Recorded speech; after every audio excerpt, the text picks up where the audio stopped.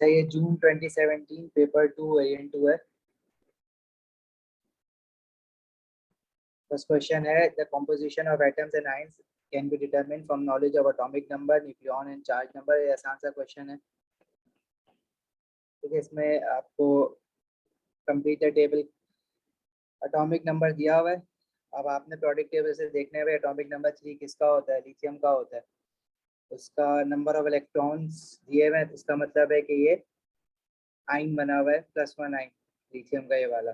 Mass number given है 6, लिखा हुआ है सिंबल के साथ। न्यूक्लियन नंबर बताना है, तो जितना मास नंबर होता है उतना ही नंबर ऑफ न्यूक्लियॉन्स हो जाते हैं, और जितना एटॉमिक नंबर होता है उतने प्रोटॉन्स हो जाते हैं। न्यूट्रॉन आपको पता है कैसे निकालोगे, mass number minus proton number. तो ये बाकी का टेबल कर लेना, इसमें मुझे तुम्हें कुछ बताने की जरूरत नहीं है। पार्ट बी कह रहा है, boron occurs naturally as a mixture of two stable isotopes. The relative isotopic masses and percentage abundances are shown. Define the term relative isotopic mass. ठीक है, तो आइसोटोपिक मास की डेफिनेशन क्या लिखते हो? It is a mass of an atom या mass of an isotope relative to या compare to 1/12 part of the mass of carbon 12 isotope. ठीक है, सो ऐसे लिखेंगे, it is a mass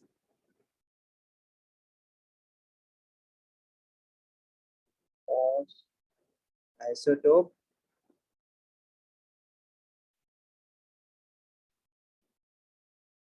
compared to 1/12 part, अच्छा, compared to the mass of 1/12 part of the carbon 12 isotope। ये definition देखो, याद कर लो। अक्सर ये स्टूडेंट ना गलत लिख रहे होते हैं, इजी मार्क्स है अक्सर, लेकिन ना बच्चे गलत लिख रहे होते हैं इसको। वही जो ओ लेवल में डेफिनेशन थी, सेम डेफिनेशन है। आगे कह रहा है, calculate the relative isotopic mass of boron 11। ये निकालना है आपको। Give your answer to 6 significant figures, complete your show your working. तो बोरॉन का जो एवरेज आइसोटोपिक मास है वो प्रोडक्ट टेबल से देखोगे, और प्रोडक्ट टेबल से देखने के बाद बाकी आपने करना क्या है, जैसे इस वाले बोरॉन का एक्स ले लिया आपने मास, तो इसकी परसेंटेज आपको दी हुई है 19.78% of 10.0129 plus 80.22% of x is equal to जो एवरेज एटॉमिक मास, जो एटॉमिक मास प्रोडक्ट टेबल में लिखा हुआ है ना, वो होता है इन सारे आइसोटोप को मिला के जो एवरेज निकालते हैं वो हम प्रोडक्ट टेबल में लिखते हैं। तो प्रोडक्ट टेबल से वो आइसोटोपिक मास जो रिलेटिव एटॉमिक मास है बोरॉन का, वो देखोगे और वो वहाँ पे लिखोगे। सही है, ये बात आती है ना समझ?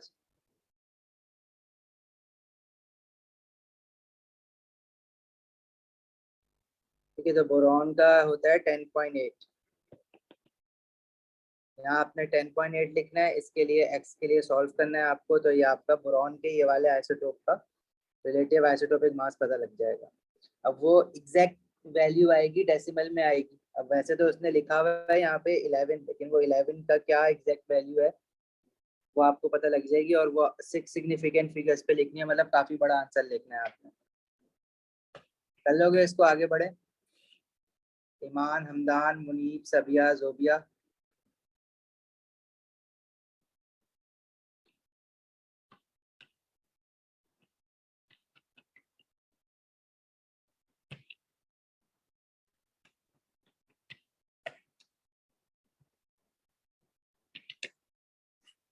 चलो, लेकिन मेक श्योर के 6 सिग्निफिकेंट फिगर पे लिखना, करके देख लेना इसको, अगर नहीं आ रहा हो समझ तो फिर पूछ लेना। Nitrogen gas is very unreactive, explain why nitrogen gas is unreactive. तो नाइट्रोजन का जो मॉलिक्यूल होता है उसमें नाइट्रोजन के जो एटम्स के बीच में ट्रिपल बॉन्ड होता है, और ये ट्रिपल बॉन्ड होने की वजह से बहुत ज्यादा अनरिएक्टिव होता है। सेकेंडली, इसके ऊपर कोई डायपोल्स नहीं होते हैं, मतलब ये दोनों सेम एटम आपस में बॉन्डेड है ना, तो इलेक्ट्रोनेगेटिविटी डिफरेंस बीच इनमें जीरो है, तो इनका जो शेड पेड ऑफ इलेक्ट्रॉन होंगे वो इनके सेंटर में रहेंगे हमेशा से। There will be no permanent dipoles. Permanent dipoles होते हैं तो वो मॉलिक्यूल जो है वो अट्रैक्ट हो रहा होता है किसी की तरफ, और रिएक्ट इजली हो रहा होता है। तो इसमें 2 पॉइंट लिखने हैं कि bonded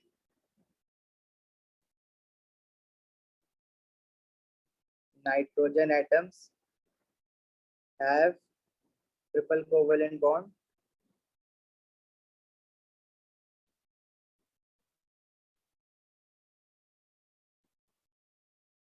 which has a very high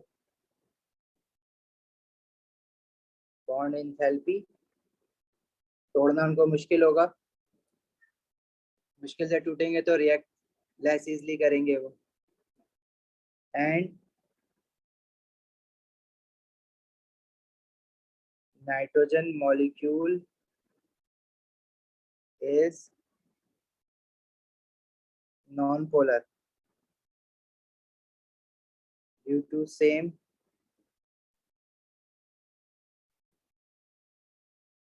due to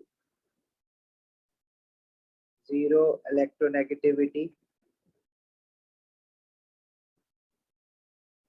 difference.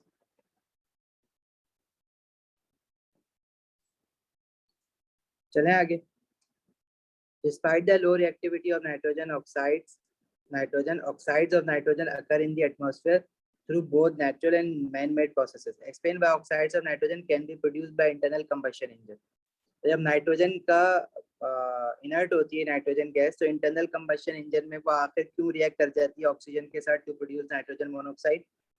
तो कंबशन इंजन में हमारे पास बहुत ज्यादा हाई टेम्परेचर होता है, ठीक है. उस हाई टेम्परेचर की वजह से जो नाइट्रोजन नाइट्रोजन बॉन्ड है ये ब्रेक हो पाता है, और साथ में ऑक्सीजन का जो डबल बॉन्ड होता है वो भी ब्रेक हो जाता है हाई टेम्परेचर की वजह से. ऑक्सीजन कहाँ से आती है? दोनों नाइट्रोजन और ऑक्सीजन जो है वो एयर में होती है, ठीक है. जब आप गाड़ी का इंजन एयर सक इन करता है, क्योंकि कंबशन के लिए ऑक्सीजन चाहिए और ऑक्सीजन हम एयर से लेते हैं. जब एयर अंदर जाती है तो एयर में जितने भी गैसेज हैं वो सारी अंदर चली जाती है. उसमें नाइट्रोजन तुम्हें पता है 78% होती है. तो nitrogen and oxygen from the air reacts due to very high temperature inside the internal combustion engine. क्या लिखोगे इसमें answer? Due to very high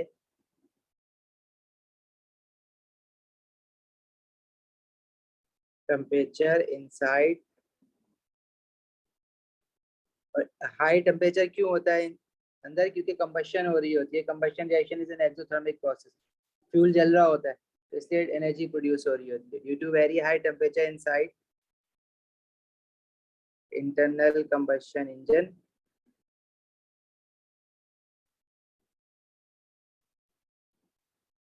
as fuel is burned, nitrogen and oxygen gas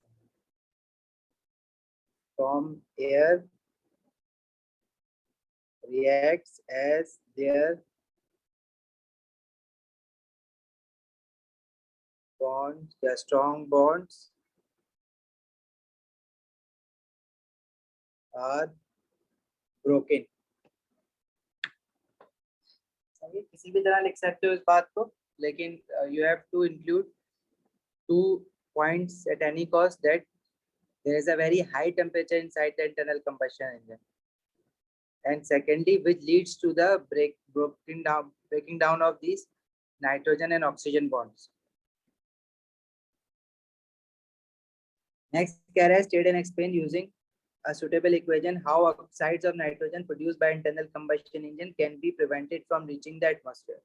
तो ये कैटालिटिक कन्वर्टर की equation मांग रहा है, क्योंकि देखो इंटरनल कंबशन इंजन में नाइट्रोजन मोनोऑक्साइड और नाइट्रोजन डाइऑक्साइड तो प्रोड्यूस हो रही है, तो कैटालिटिक कन्वर्टर उसको आखिर कैसे रोक रहा होता है. देखो होता क्या है कि नाइट्रोजन मोनोऑक्साइड, अच्छा, नाइट्रोजन गैस और oxygen gas due to high temperature nitrogen monoxide बनाती है, और फर्दर नाइट्रोजन मोनोऑक्साइड इस ऑक्सीजन गैस के साथ रिएक्ट करके नाइट्रोजन डाइऑक्साइड गैस बना लेती है. अच्छा, इंटरनल कंबशन इंजन में ड्यू टू इनकम्प्लीट कंबशन भी हो रही होती है. अगर कोई भी फ्यूल तुम जला रहे हो, जैसे कि पेट्रोल जला रहे हो, तो पेट्रोल होता है ऑक्टेन व्हिच इज C8H18. इसकी कंप्लीट कंबशन में तो carbon dioxide and water produce होता है, लेकिन जब इनकम्प्लीट कंबशन होती है तो कार्बन मोनोऑक्साइड गैस भी प्रोड्यूस होती है. तो कैटालिटिक कन्वर्टर का जो बेसिक पर्पस होता है वो ये होता है कि उसने कार्बन मोनोऑक्साइड को और ये जो नाइट्रोजन डाइऑक्साइड है इसको दोनों को बाहर जाने से रोकना. अब वो बाहर जाने से उसको ट्रैप नहीं कर सकता कैटालिटिक कन्वर्टर. ऐसा एग्जॉस्ट को हम रोक नहीं सकते कि गाड़ी से बाहर ना निकले. जब तक आपका एग्जॉस्ट गाड़ी से बाहर नहीं निकलेगा गाड़ी बंद चलेगा नहीं इंजन.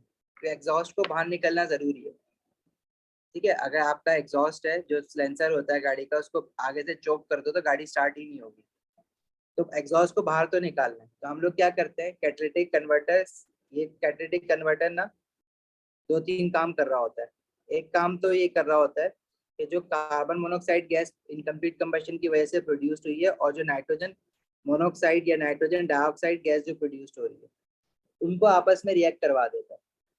अब आपस में उनको रिएक्ट कैसे करवाता है, कैटेलिटिक कन्वर्टर का सिर्फ ये काम होता है कि उसमें प्लेटिनियम लगा हुआ होता है, और प्लेटिनियम सरफेस पे क्या होता है कि जो गैसेस हैं वो स्टिक हो जाती हैं, थोड़ी देर के लिए रुक जाती हैं, क्योंकि उसमें होल्स होते हैं, और उसमें उनका जो साइज होता है सरफेस पे, जो प्लेटिनियम के होल्स होते हैं, माइक्रोस्कोपिक होल्स, और जो कार्बन मोनोऑक्साइड और नाइट्रोजन डाइऑक्साइड के मॉलिक्यूल का साइज होता है वो इस तरह का होता है कि वो उसमें थोड़ी देर के लिए फंस जाते हैं। और जब एक होल में मॉलिक्यूल जाके फंसेंगे तो उनके टकराने के चांसेस बढ़ जाएंगे, मतलब ये chances of successful collision will increase. Exhaust में तो वो हाई प्रेशर पे बाहर निकल रहे हैं ना, लेकिन कैटेलिटिक कन्वर्टर उनका प्रेशर ब्रेक करता है और उनको ना एक दूसरे के साथ कोलाइड करने का चांस देता है। जब वो एक दूसरे के साथ कोलाइड होते हैं तो ये दोनों कन्वर्ट किस में हो जाते हैं, कार्बन मोनोऑक्साइड कन्वर्ट हो जाती है कार्बन डाइऑक्साइड में, और नाइट्रोजन डाइऑक्साइड कन्वर्ट हो जाती है नाइट्रोजन गैस में। बस आपने ये इक्वेशन लिखनी होती है। अच्छा, carbon dioxide gas less harmful है कंपेयर टू कार्बन मोनोऑक्साइड, और नाइट्रोजन तो तुम्हें पता है कि वो एयर में वैसी ही होती है। तो हमने नाइट्रोजन डाइऑक्साइड गैस को रोक दिया जो कि एसिड ड्रेन करवाएगी आगे जाके हवा में, और कार्बन मोनोऑक्साइड टॉक्सिक गैस है। इसी तरह जो नाइट्रोजन मोनोऑक्साइड होती हैं उनको भी यही रिएक्शन कार्बन मोनोऑक्साइड के साथ ही इनका रिएक्शन हो जाता है, और ये भी सेम प्रोडक्ट होते हैं, कार्बन डाइऑक्साइड और नाइट्रोजन गैस। तो तुम ये भी लिख सकते हो। अच्छा, ये बैलेंस्ड केमिकल इक्वेशन याद कर लेना, इनकी इक्वेशन की ना बैलेंसिंग जरूरी है। अब जैसे फॉर एग्जांपल यहाँ पे इसको बैलेंस करने के लिए हम क्या कर सकते हैं, नाइट्रोजन ऊपर वाली इक्वेशन जो है वो नाइट्रोजन यहाँ पे राइट हैंड साइड पे 2 है, तो लेफ्ट हैंड साइड पे 2 बनाने के लिए 2 मोल ऑफ नाइट्रोजन डाइऑक्साइड कर दो। ऑक्सीजन ज्यादा हो जाएंगे, ऑक्सीजन हो जाएंगे 2 2 4, तो यहाँ 2 लगाओगे तो ऑक्सीजन 4 5 6, और कार्बन डाइऑक्साइड के बाद 6 लगाओगे तो ऑक्सीजन ज्यादा हो जाएंगे। कार्बन मोनोऑक्साइड के साथ 4 लगाओ तो, और इसके साथ 4 लगाओ, 2 2 4 और 4 8, और ये बैलेंस हो गई। इसी तरह नीचे वाली इक्वेशन बैलेंस करने के लिए आप नाइट्रोजन के साथ कार्बन, नाइट्रोजन के साथ हाफ लगा दो। सही है। अब इनमें से कोई एक की इक्वेशन लिखनी है, हमने जो हैंड आउट में याद की है वो वाली लिख लेना, this one. Balance chemical equation try करो, याद करो, वरना ना मुश्किल हो जाती है। अच्छा, कैटलिटिक कन्वर्टर एक काम और करता है, जो आपके पास अनबर्न फ्यूल होती है ना, अनबर्न फ्यूल क्या होती है कि कभी कभार कुछ फ्यूल तो इनकम्प्लीटली कंबस्ट हो रही होती है, कभी कभार कुछ पेट्रोल के वेपर्स जो है वो कंबस्ट हो ही नहीं, होते ही नहीं है, और वेपर की फॉर्म में बाहर आ जाती है। ठीक है, ये अक्सर तब हो रहा होता है जब इंजन पुराना हो जाता है, और अक्सर जो है वो डिपेंड करता है कि कभी हो ही रहा होता है ये हर गाड़ी में, चाहे नई गाड़ी हो चाहे पुरानी गाड़ी हो।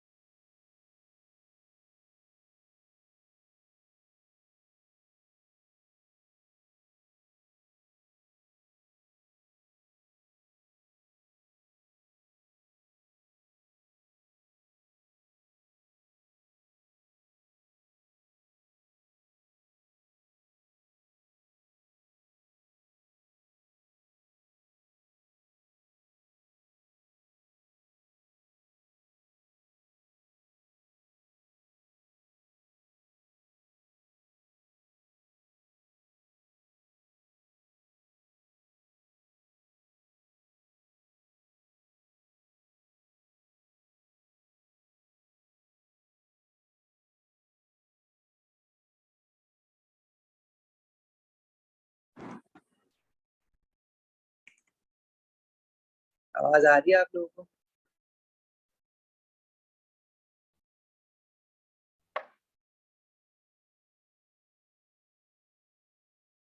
कहाँ तक सुना था?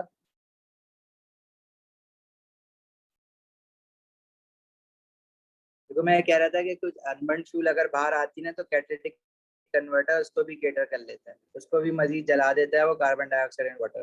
कि अगर पेट्रोल बाहर निकलेगा वेपर्स तो वो भी हार्मफुल है, एयर में आएगा, इनहेल करेंगे लोग। तो कैटालिटिक कन्वर्टर के बारे में ये दो चीजें याद रखना। अच्छा, कैटालिटिक कन्वर्टर जो है ना वो सल्फर डाइऑक्साइड को नहीं रोक पा रहा होता, तो सल्फर डाइऑक्साइड जो है ना वो वैसे बाहर निकल जाती है।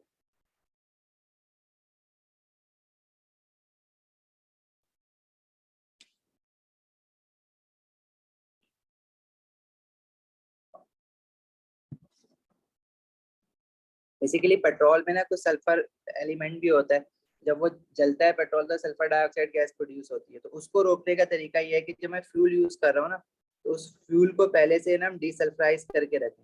उसको हम कहते हैं डीसल्फराइजेशन ऑफ फ्यूल।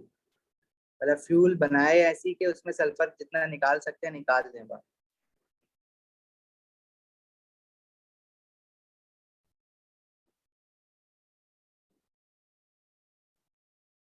ठीक है, तो ये इक्वेशन हमने लिख ली है। State the role of nitrogen, इसको मैं यहाँ लिख देता हूँ ताकि ना सॉल्व ना आ जाए।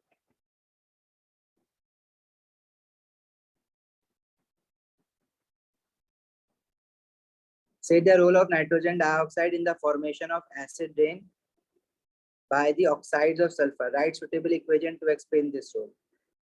अच्छा, ये हम ना नाइट्रोजन एंड सल्फर वाला जो चैप्टर है ना उससे इक्वेशन आई हुई है। अब अगर तुम लोगों को याद नहीं है ना मैं तुम्हें दिखा देता हूँ कि इंपॉर्टेंट इक्वेशन है और ये याद करनी है हर हाल में।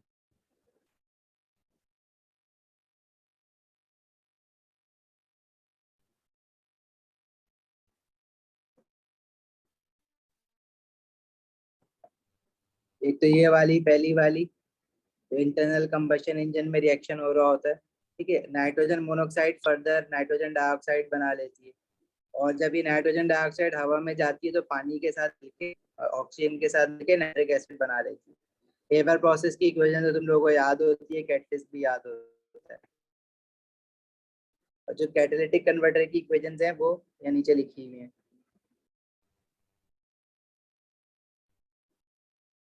अच्छा, ये वाली वो इक्वेशंस है सल्फर डाइऑक्साइड वाली और नाइट्रोजन डाइऑक्साइड सल्फर ट्राइऑक्साइड और नाइट्रोजन मोनोऑक्साइड बनाती है। असल में ये जो रिएक्शन है ना ये खतरनाक रिएक्शन है, क्योंकि सल्फर डाइऑक्साइड फ्यूल से निकला और नाइट्रोजन डाइऑक्साइड फ्यूल से निकला। अगर नाइट्रोजन डाइऑक्साइड आपने कैटालिटिक कन्वर्टर लगा के नहीं रोका हुआ है तो होगा क्या कि सल्फर डाइऑक्साइड हवा में जाके और नाइट्रोजन डाइऑक्साइड ये दोनों आपस में रिएक्ट करके सल्फर ट्राइऑक्साइड और नाइट्रोजन मोनोऑक्साइड बना लेंगे।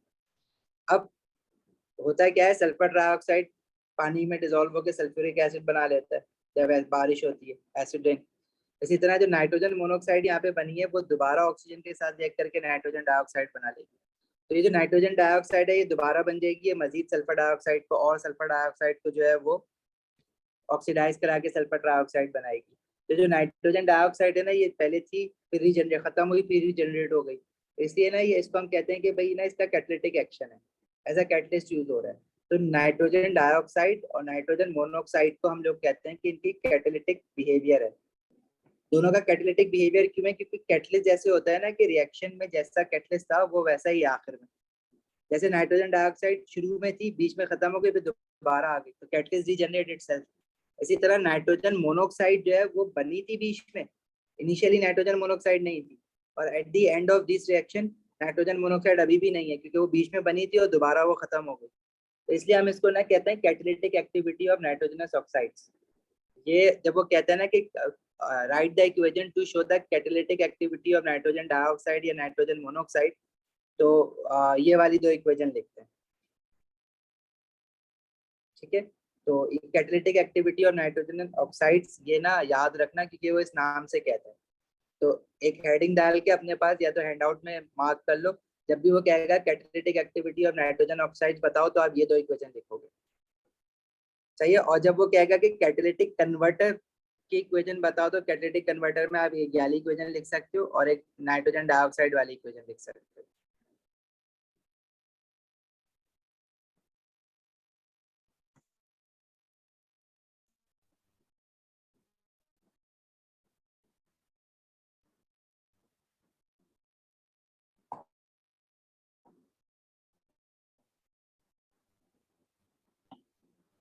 एक इक्वेशन ये लिख सकते हो इसमें, और दूसरी इक्वेशन अगर नाइट्रोजन डाइऑक्साइड है तो इसकी इक्वेशन लिख सकते हो, ये भी कार्बन डाइऑक्साइड और नाइट्रोजन बनाएगा। इसकी बैलेंसिंग नाइट्रोजन डाइऑक्साइड के साथ 2 मोल, कार्बन मोनोऑक्साइड के साथ 4, कार्बन डाइऑक्साइड के साथ 4। सही है, समझ आई बात? तो ये ना इक्वेशन बहुत इंपॉर्टेंट है, अक्सर पूछी हुई होती है उसने, और इसने डायरेक्टली ना इन नामों से पूछी हुई होती है। बताओ कैटालिटिक कन्वर्टर में क्या हो रहा है, जैसा भी पूछा हुआ था उसने, कैटालिटिक कन्वर्टर की इक्वेशन बताओ, कैटालिटिक कन्वर्टर कैसे फंक्शन कर रहा है, तो आप इनमें से कोई इक्वेशन लिखोगे। और अगर जब वो पूछेगा catalytic activity of nitrogen oxide बताओ, तो फिर आप ये वाली दो इक्वेशन लिखोगे। दोनों इक्वेशन लिखनी पड़ेंगी ये समझाने के लिए कि nitrogen oxide as a catalyst में काम करे।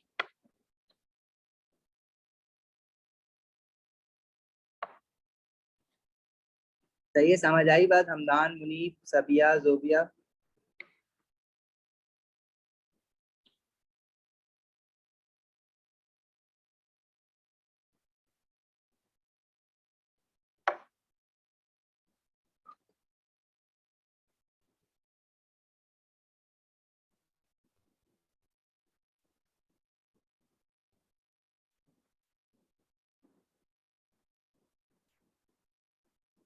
ये इक्वेशन आपने यहाँ पे लिखनी है।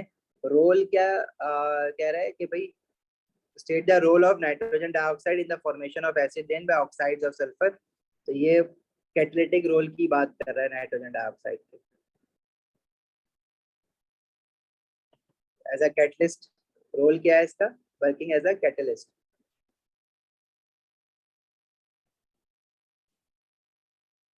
इक्वेशन क्या है कि पहले सल्फर डाइऑक्साइड नाइट्रोजन डाइऑक्साइड के साथ रिएक्ट करेगी to produce sulphur dioxide and nitrogen monoxide, और फिर नाइट्रोजन मोनोऑक्साइड जो है वो फर्दर दोबारा रीजनरेट हो जाएगी, या फिर वो क्या कहते हैं ऑक्सीजन के साथ रिएक्ट करके दोबारा नाइट्रोजन डाइऑक्साइड गैस बना लेगी।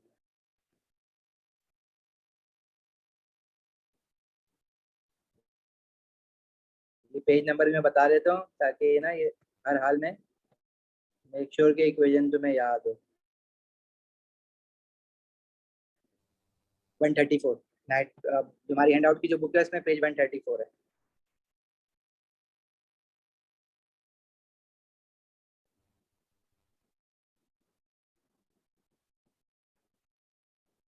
सही है। अच्छा, बैलेंसिंग भी साथ में देखो याद कर लो, वहां पे बैठ के ना ट्रायल एंड एरर खेलने की जरूरत नहीं है बैलेंसिंग के साथ, अक्सर गड़बड़ हो जाती है, टाइम लग जाता है। जैसे ऊपर वाली इक्वेशन तो देखो ऑलरेडी बैलेंस्ड है, नहीं 3 और 4 बैलेंस नहीं है, ये भी करनी पड़ेगी।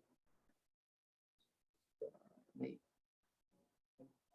ऊपर वाली इक्वेशन तो बैलेंस्ड है, नीचे वाली इक्वेशन को बैलेंस करने के लिए आपने नाइट ऑक्सीजन 2 करने हैं ना, बस 3 हुए हैं, हाफ कर दो यहाँ। Suggest an equation to show how nitrogen dioxide can contribute directly to acid. अभी नाइट्रोजन डाइऑक्साइड की मैंने तुम लोगों को इक्वेशन दिखाई कि नाइट्रोजन डाइऑक्साइड जब पानी उसके साथ रिएक्ट करती है, तो हमने जो हैंड आउट में इक्वेशन लिखी हुई है वो क्या है, नाइट्रोजन डाइऑक्साइड और वाटर, और साथ में हमने ऑक्सीजन भी लिखा हुआ है टू प्रोड्यूस नाइट्रिक एसिड। ठीक है, अगर आप ऑक्सीजन नहीं लिखते हो ना, अगर या तो इस तरह से इक्वेशन बना सकते हो, या इसका दूसरा तरीका देखो, ये तो हमने हैंड आउट में लिखी हुई है, जो हैंड आउट में लिखी हुई है वो याद कर लो। यहाँ मार्किंग की में इसकी एक और इक्वेशन लिखी हुई होती है, अगर आप यहाँ पे ऑक्सीजन नहीं लिखते हो तो फिर आप नाइट्रोजन डाइऑक्साइड और सिर्फ वाटर लिखते हो, तो फिर आपको 2 तरह के एसिड बनाने होते हैं, नाइट्रिक एसिड और नाइट्रस एसिड, HNO3 और HNO2। तो कोई भी जो तुम्हें आसान लगे ना वो इक्वेशन याद कर लो, जैसे अब तक तुमने कोई ना कोई याद कर ही ली होगी, हैंड आउट वाली तो कर ही ली होगी। बैलेंसिंग अगेन बार बार कह रहा हूँ कि बैलेंसिंग वहां बैठ के अगर तुम सोचोगे बनाना तो मुश्किल होगी, तो ट्राई करो कि बैलेंस्ड इक्वेशन ही याद करके जाओ ऑलरेडी।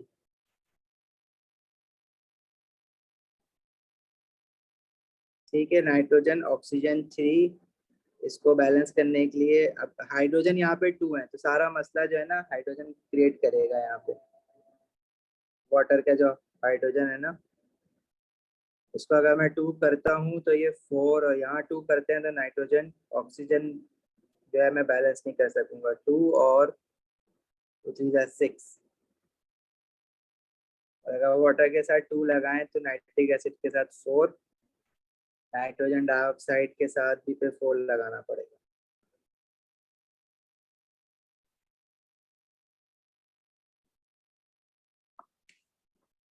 सही है भाई, आगे बढ़े। अभी रट्टे वाला काम है, उसमें और कुछ हम कर नहीं सकते। आगे कह रहा है कि explain how uncontrolled use of nitrate fertilizers on land can lead to severe reduction in water quality in rivers। तो यूट्रोफिकेशन की बात कर रहा है। अगर आप नाइट्रेट फर्टिलाइजर्स डालते हो तो एक्सेस फर्टिलाइजर जो है they are washed away to nearby lakes and rivers. यहाँ पे रिवर्स की बात कर रहा है। Which leads to excessive growth of algae. ठीक है, और एल्गी की ग्रोथ होती है तो सनलाइट ब्लॉक हो जाती है। It prevent sunlight reaching the river bed, और जो नीचे प्लांट्स हैं दे डाई, और फिर बैक्टीरिया उन पर डिकम्पोज करता है, जिसकी वजह से ऑक्सीजन जो है वो कंज्यूम कर लेता है बैक्टीरिया पानी में से। तो एक अल्टीमेटली एक्वेटिक लाइफ आपकी डैमेज होती है। वाटर क्वालिटी क्यों डैमेज हो रही है? ऑक्सीजन देखो कम हो रहा है, उसमें से वो मरी हुई मछलियां होंगी तो जाहिर है और भी डिकम्पोजिशन हो रही होगी और बैक्टीरिया ज्यादा होगा। तो इसका आंसर एक बार बना के याद कर लो, ये बार बार आएगा तो ऐसे ही आएगा। Excess excess nitrate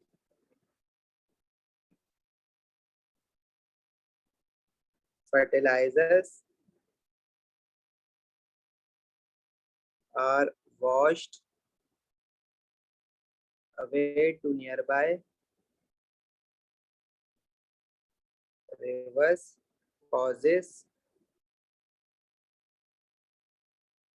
excess growth of algae on water surface, which prevents sunlight reaching river beds, causes death of plants and their decomposition by bacteria leads to lack of oxygen in water।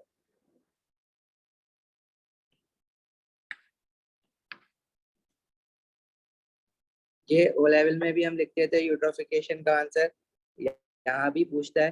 Free के marks हैं, याद करके रखो, ये आएगा तो यही आएगा। यूट्रोफिकेशन का वर्ड यूज नहीं किया उसने, लेकिन इनडायरेक्टली बात यूट्रोफिकेशन की ही कर रहा है, क्योंकि यूट्रोफिकेशन नाइट्रेट फर्टिलाइजर्स की वजह से ही होती है।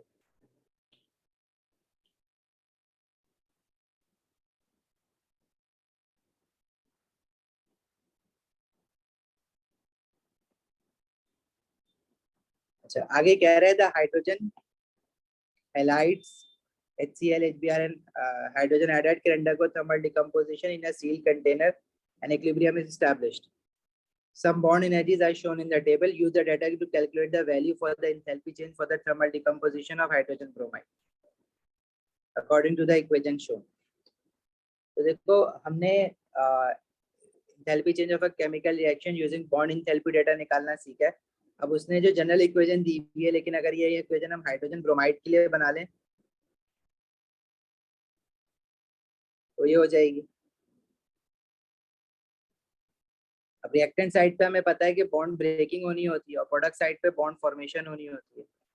तो ये सारे बॉन्ड ब्रेक हो जाएंगे। एलिमेंट्स कौन कौन से इसमें? हाइड्रोजन का एटम और ब्रोमीन का एटम मिलेगा और यहाँ पे प्रोडक्ट बनेगा। बॉन्ड ब्रेकिंग एनर्जी कितनी होगी? 2 × 366। और बॉन्ड फॉर्मेशन एनर्जी आपके पास हाइड्रोजन हाइड्रोजन का बॉन्ड बना है तो 436, और इसका साइन नेगेटिव होगा क्योंकि बॉन्ड फॉर्मेशन हो रही है। इसी तरह 193 - 193, इसमें जब एसएस लॉ लगाते हैं हमारे पास तो ये क्या आ जाता है? 2 × 366 plus -436 - 193 is equals to enthalpy change of a reaction।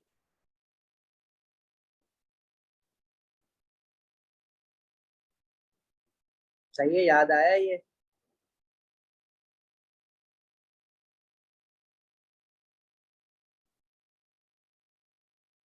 इसका हमने डायरेक्ट फॉर्मूला भी पढ़ा हुआ है ना एंथैल्पी चेंज निकालने का, sum of enthalpy of reactant minus product. तो हम डायरेक्ट फॉर्मूला भी लगा सकते हैं इसमें। रिएक्टेंट की एंथैल्पी वो हमारे पास जो बॉन्ड ब्रेकिंग एंथैल्पी है विच इज 2 × 366, बट डायरेक्ट जब फॉर्मूला लगाएंगे तो फिर हम साइन वाइन नहीं रखेंगे बॉन्ड ब्रेकिंग बॉन्ड फॉर्मेशन का। ये जो माइनस फॉर्मूले का माइनस है ये खुद ही कैटर कर लेगा सारी चीजों को। तो enthalpy of reactant minus enthalpy of product, product में हमारे पास 436 है और 193 है। तो एक मार्क के लिए अब हेसेस लॉ की साइकिल बनाना तो ज्यादा लंबा काम हो जाता है, इसलिए हम ये डायरेक्ट फॉर्मूला यूज कर लेते हैं। रिएक्टेंट माइनस प्रोडक्ट याद रखना, कंबशन में भी यही होता है रिएक्टेंट माइनस प्रोडक्ट, लेकिन वो विद साइंस लेते हैं एंथैल्पी। जब फॉर्मेशन का डेटा यूज कर रहे होते हैं तो प्रोडक्ट माइनस रिएक्टेंट होता है।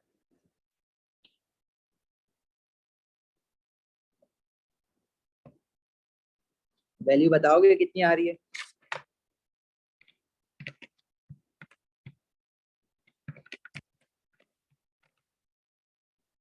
आ रही है +103। ये प्रोडक्ट माइनस रिएक्टेंट वाली बात दोबारा बता देंगे? देखो हमने जब एनर्जेटिक्स पढ़ते हैं ना तो अगर मैं बॉन्ड एंथैल्पी डेटा यूज कर रहा होता ना एंथैल्पी चेंज ऑफ रिएक्शन निकालने के लिए, तो हम कहते हैं कि हेस लॉ अगर नहीं बनाना तो डायरेक्टली आप जो है एंथैल्पी ऑफ रिएक्टेंट, जितने भी रिएक्टेंट हैं उन सबकी एंथैल्पी।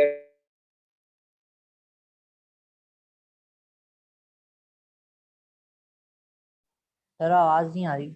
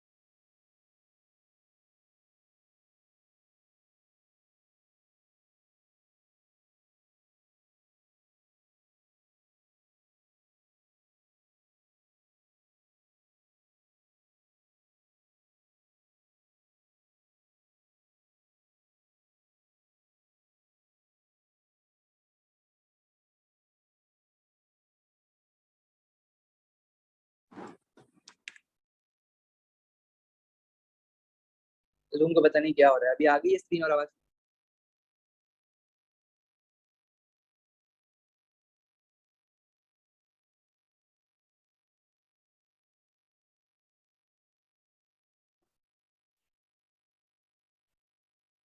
कहाँ तक बात सुनी थी? सर मैं ये पूछ रहा था कि आपने कहा ना प्रोडक्ट माइनस ये प्रोडक्ट वाली बात कही थी आपने, पहले प्रोडक्ट लिखते हैं, वो वाली बात मैं पूछ रहा था तो आप बोल रहे थे उस वक्त डिस्कनेक्ट हो गए। देखो मैं ये कह रहा था कि जब हम एंथैल्पी चेंज ऑफ रिएक्शन निकालते हैं और क्वेश्चन में हमें एंथैल्पी चेंज ऑफ फॉर्मेशन दी हुई होती है, मतलब फॉर्मेशन वाली जब साइकिल बन रही होती है, तो अगर मैं हेसेस लॉ तुम नहीं बनाना चाह रहे तो तुम डायरेक्ट ये भी लिख सकते हो, क्योंकि ज्यादातर ये एमसीक्यूज में काम आता है, जल्दी निकलता है ऐसे क्वेश्चन। तो इंथैल्पी चेंज ऑफ रिएक्शन निकालने के लिए तुम फिर प्रोडक्ट माइनस रिएक्टेंट करोगे, मतलब प्रोडक्ट की इंथैल्पी सारी और माइनस रिएक्टेंट की इंथैल्पी जो गिवन है क्वेश्चन में। लेकिन वो जो इंथैल्पीज आपको जिनका साइन दिया हुआ है ना, वो साइन के साथ रखोगे। मतलब अगर किसी की इंथैल्पी चेंज पॉजिटिव में दी हुई तो पॉजिटिव रखोगे, नेगेटिव में दी हुई तो नेगेटिव साइन शो करोगे।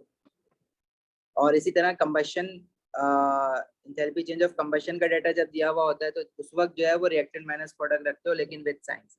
लेकिन जब बॉन्ड इंथैल्पी डाटा से इंथैल्पी चेंज ऑफ रिएक्शन निकालने के लिए कहते हैं ना, जैसे इस क्वेश्चन में, तो आप फिर enthalpy of reactant minus enthalpy of product, मतलब सारे रिएक्टेंट का इंथैल्पी माइनस प्रोडक्ट का बॉन्ड इंथैल्पी, लेकिन विदाउट साइन। क्योंकि प्रोडक्ट पे जब बनता है तो आप कहते हो कि इंथैल्पी चेंज नेगेटिव होना चाहिए। जब वो हेसिस लॉ लगाते हो तो तब तो नेगेटिव लिखोगे, लेकिन अगर डायरेक्ट ये फॉर्मूला लगाओगे तो ये जो फॉर्मूले का माइनस है ना, खुद ही कैटर कर लेता है उस चीज को। सही सही सही है। ठीक है। जी जी।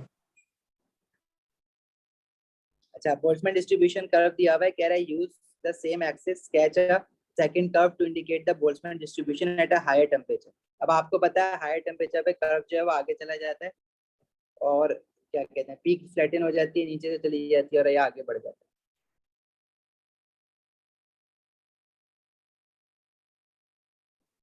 सही है, तो आसान सी बात है।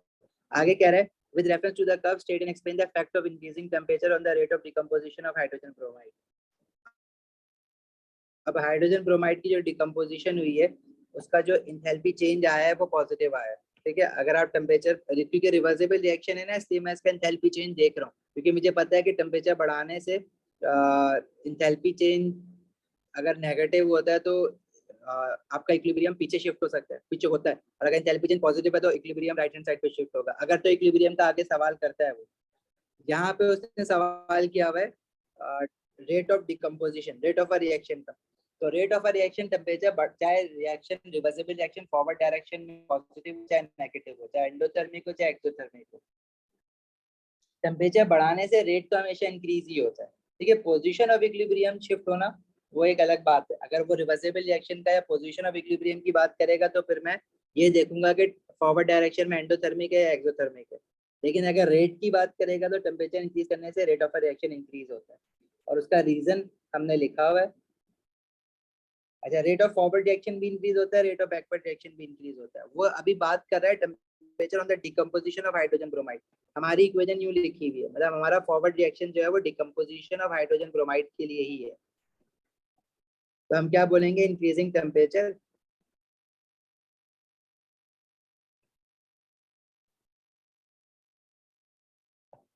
increases rate of decomposition of hydrogen bromide। और रीजन क्या है, बिकॉज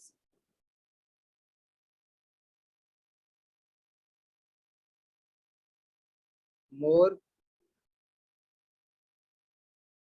पहले ये लिखो, because kinetic energy of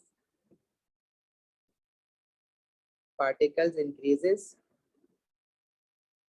and more number of particles have energies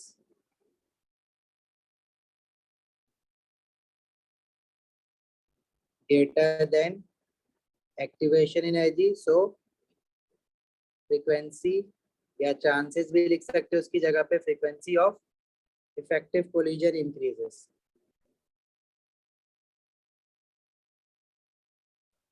sir हम ये लिख सकते हैं कि HBr ज़्यादा डिकम्पोज होके वो प्रोडक्ट ज़्यादा बनाएगा क्योंकि उसका फॉरवर्ड रिएक्शन एंडोथर्मिक है।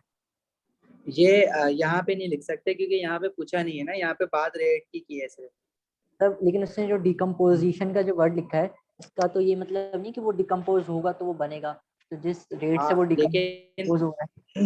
यहाँ उसने सिर्फ रेट ऑफ रिएक्शन की बात की हुई है ना, वो नीचे वाले क्वेश्चन में जो तुम कह रहे हो नीचे वाले क्वेश्चन में पूछा हुआ है, इसलिए मैं बता रहा था शुरू में।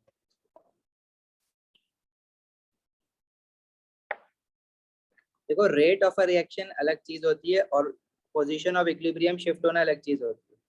अगर तुम ये यहाँ पे लिख दोगे तो नीचे क्या लिखोगे, फिर नीचे पूछा था decomposition of hydrogen bromide is endothermic, तो हमने निकाल के भी देखा है। अब किसी का आंसर अगर नहीं निकला हो तो उसने बता भी दिया। State the effect of increasing temperature on the percentage of hydrogen bromide that decomposes. Use Lee-Chatter's principles to explain your answer. Lee-Chatter's principle क्या होता है? Changing reaction conditions such as pressure, temperature, and concentration shifts the equilibrium in a way to oppose that change. O level में कभी भी ली चैटकेस principal का नाम तुमने नहीं सुना होगा, लेकिन तुम लोगों ने factors affecting position of equilibrium को अच्छी तरह पढ़ा हुआ है वहां पे भी। एएस में हम ली चैटकेस प्रिंसिपल की डेफिनेशन लिखते हैं और फिर हम बताते हैं कि how three factors pressure, temperature and concentration affect the position of equilibrium. सही है उस्मान? तो ये वाली बात जो आप कह रहे हो यहाँ लिखनी है। जी sir.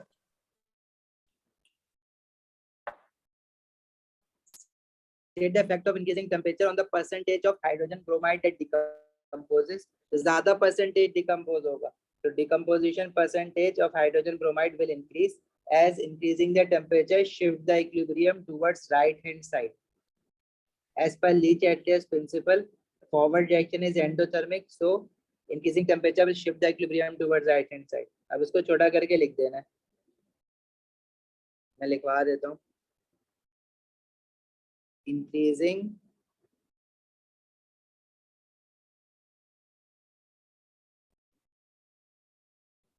temperature increases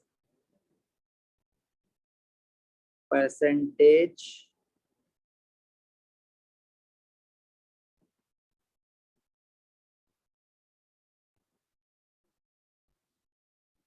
decomposition of hydrogen bromide, ठीक है, as per Lee-Chatter's principle,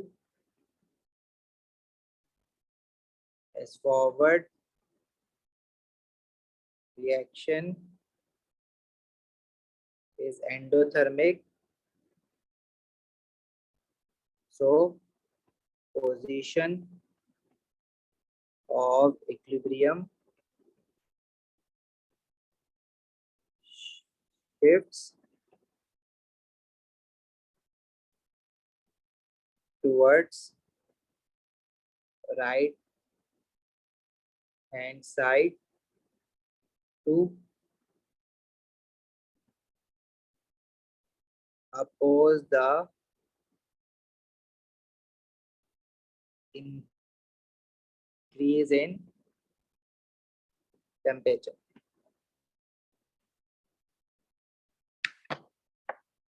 sir अगर इन दोनों बातों को कंबाइन करें तो इसका मतलब ये हो रहा है ना कि HBr जो है वो डिकम्पोज हो रहा है, वो भी बहुत जल्दी जल्दी हो रहा है और ज़्यादा से ज़्यादा प्रोडक्ट बन रहे हैं, मतलब वो रेट भी बढ़ रहा है और वो भी कम हो रहा है ज़्यादा।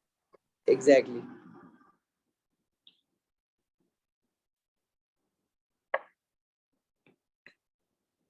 लेकिन अगर ये फॉरवर्ड रिएक्शन एक्सोथर्मिक होता है, जैसे फॉर एग्जांपल टेबल प्रोसेस है, तो ये वाला रिएक्शन फॉरवर्ड डायरेक्शन में एक्सोथर्मिक है।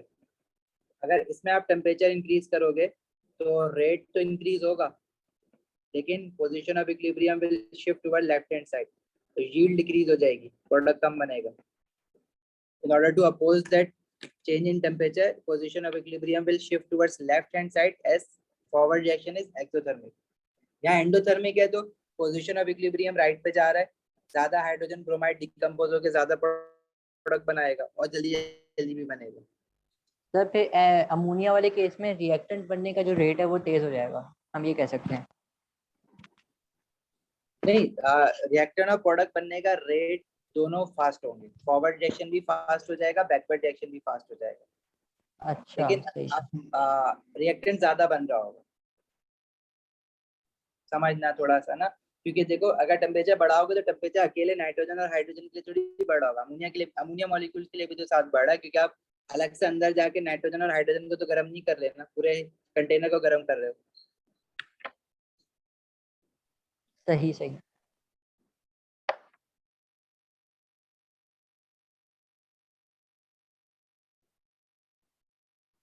अच्छा, इसका आंसर बताओ। At 700 Kelvin, HBr is approximately 10% decomposed, but hydrogen iodide is approximately 20% decomposed. मतलब अगर हम हाइड्रोजन ब्रोमाइड और हाइड्रोजन आयोडाइड को देखें तो सेम टेम्परेचर पे हाइड्रोजन ब्रोमाइड कम डिकम्पोज हो रहा है और हाइड्रोजन आयोडाइड ज्यादा डिकम्पोज हो रहा है। Explain the difference with reference to bond strength and the factors that affect them. Hydrogen bromide की बॉन्ड स्ट्रेंथ और हाइड्रोजन आयोडाइड की बॉन्ड स्ट्रेंथ कंसीडर करनी है और ये भी कंसीडर करना है कि क्यों इनकी बॉन्ड स्ट्रेंथ में डिफरेंस है। अगर किसी की ज्यादा है तो क्यों ज्यादा है, किसी की कम है तो क्यों कम है। तो किसकी बॉन्ड स्ट्रेंथ ज्यादा है, किसकी कम है? बॉन्ड इंथैल्पी हाइड्रोजन ब्रोमाइड की ज्यादा है और हाइड्रोजन आयोडाइड की कम है। उसका रीजन क्या है? क्योंकि आयोडीन एटम का साइज बड़ा होता है, लॉन्गर बॉन्ड होती है, वीकर बॉन्ड होता है। Longer the bond weaker the bond, ठीक है। या ये बिगर, या ये भी लिख सकते हो कि आयोडीन की जो शील्डिंग इफेक्ट है वो कम होता है। सही है। तो हाइड्रोजन आयोडाइड का बॉन्ड जो है वो इजीली ब्रेक हो जाएगा। जब जिसका बॉन्ड इजीली ब्रेक होगा मतलब वो ज्यादा जल्दी ज्यादा डिकम्पोज होगा सेम टेम्परेचर पे। सर आयोडीन के लिए शील्डिंग इफेक्ट ज्यादा नहीं होगा क्योंकि वो न्यूक्लियस से उसको ज्यादा फोर्स लगानी पड़ेगी दूर वाले हाँ इलेक्ट्रॉन वही को तो, अपनी तरफ। आयोडीन का शील्डिंग इफेक्ट ज्यादा होता है, इलेक्ट्रोनेगेटिविटी कम होती है।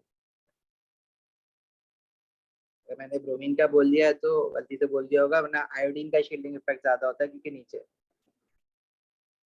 या नहीं तो तुम बॉन्ड लेंथ की टर्म्स में भी बात कर सकते हो। बॉन्ड लेंथ हाइड्रोजन आयोडाइड की बड़ी होती है, तो जिस एटॉमिक साइज बड़ा होता है ना आयोडीन का, इस वजह से वो वीकर बॉन्ड होता है। लिखवा देता हूँ चलो इसका आंसर भी ना। Bond enthalpy of hydrogen bromide is greater than hydrogen iodide, as iodine has greater shielding effect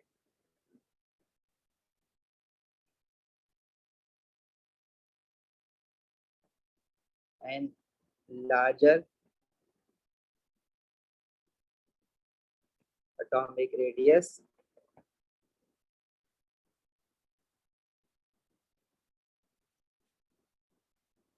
So at same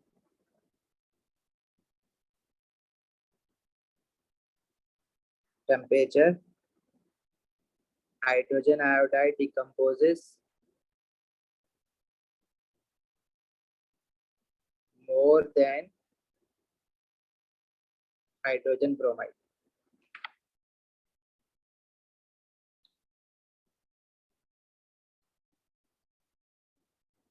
clear है? आगे बढ़े।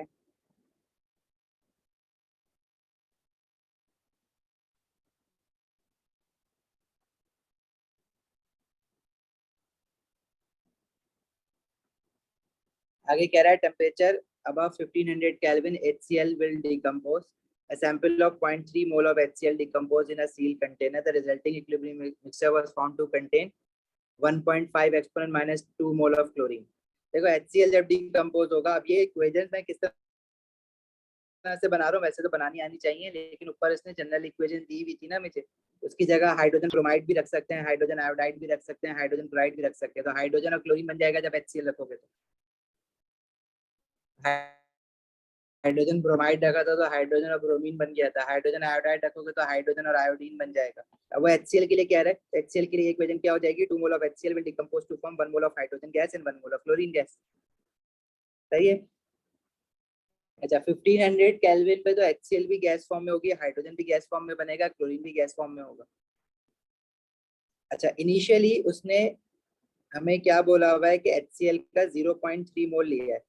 इनिशियली हाइड्रोजन और क्लोरीन का तो 0 होगा, लेकिन जब ये रिएक्शन स्टार्ट होगा तो एक टाइम आएगा कि इक्विलिब्रियम एस्टैब्लिश हो जाएगा और equilibrium mixture was found to contain 1.5 exponent minus 2 mole of chlorine. Chlorine का कितना मोल बना हुआ है? 1.5 एक्सपोनेंट माइनस 2। तो जितना क्लोरीन का मोल बनेगा इक्विलिब्रियम पे, उतना हाइड्रोजन का भी बनेगा, क्योंकि दोनों में रेशो क्या है? 1:1 का है। सही है। और हाइड्रोजन क्लोराइड का कितना मोल यूज्ड अप हो जाएगा या कंज्यूम हो जाएगा या खत्म हो जाएगा in order to produce hydrogen and chlorine. अब HCl और क्लोरीन में जो मोल रेशियो है वो 2:1 का है। मतलब अगर क्लोरीन का 1.5 एक्सपोनेंट -2 मोल बना है तो HCl का कितना कंज्यूम हुआ होगा उसका ट्वाइस, यानी 2 × 1.5 एक्सपोनेंट -2 मोल।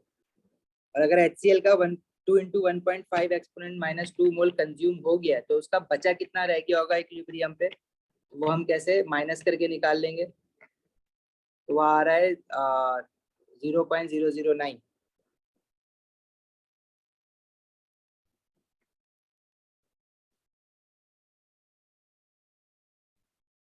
इतना ही आ रहा है ना?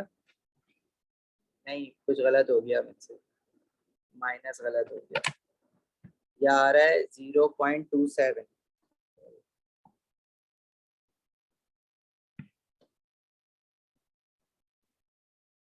तो हाइड्रोजन का 1.5 एक्सपोनेंट -2 मोल और HCl का जो इक्विलिब्रियम पे बचा रह गया है वो 0.27। Calculate the mole fraction of each gas in the equilibrium mixture. तो मोल फ्रैक्शन कैसे निकालते हो? Total moles of all the gases at equilibrium. Equilibrium पे इस वक्त 3 गैसेस हैं, तो तीनों का मोल्स ऐड करोगे तो टोटल मोल्स आ जाएंगे, जो कि आ रहा है 0.27 plus 1.5 exponent -2 plus 1.5 exponent -2। 0.27 plus 1.5 exponent -2 plus 1.5 exponent -2, ये आ रहा है हमारे पास 0.3।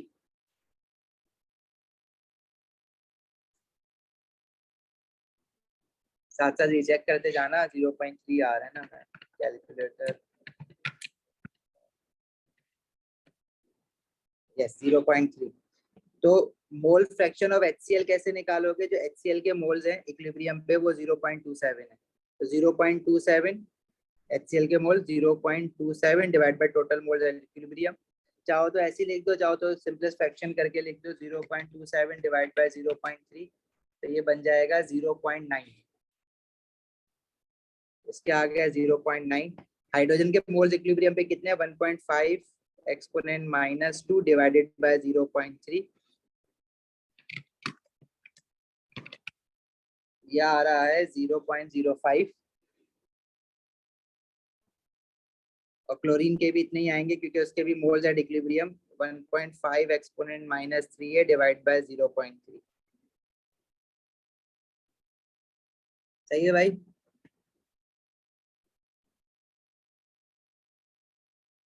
उस्मान तुम पूछ रहे थे ना KP, पहले समझ आया है क्वेश्चन? जी सर।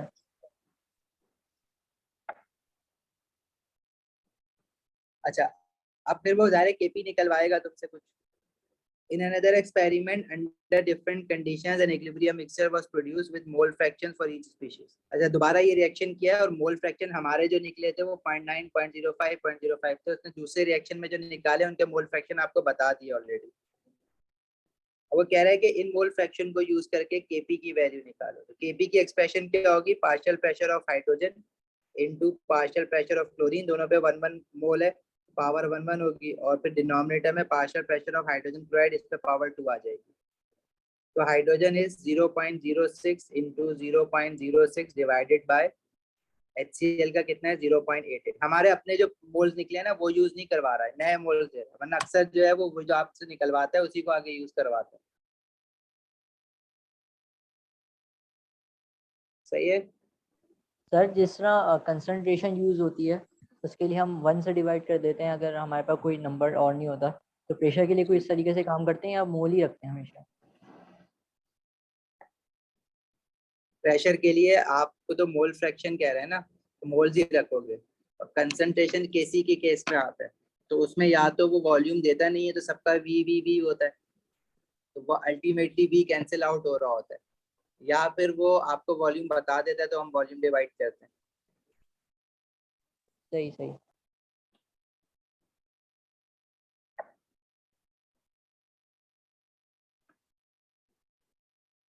अच्छा, यहाँ पे इसने सिर्फ एक्सप्रेशन मांगी थी 1 मार्क के लिए।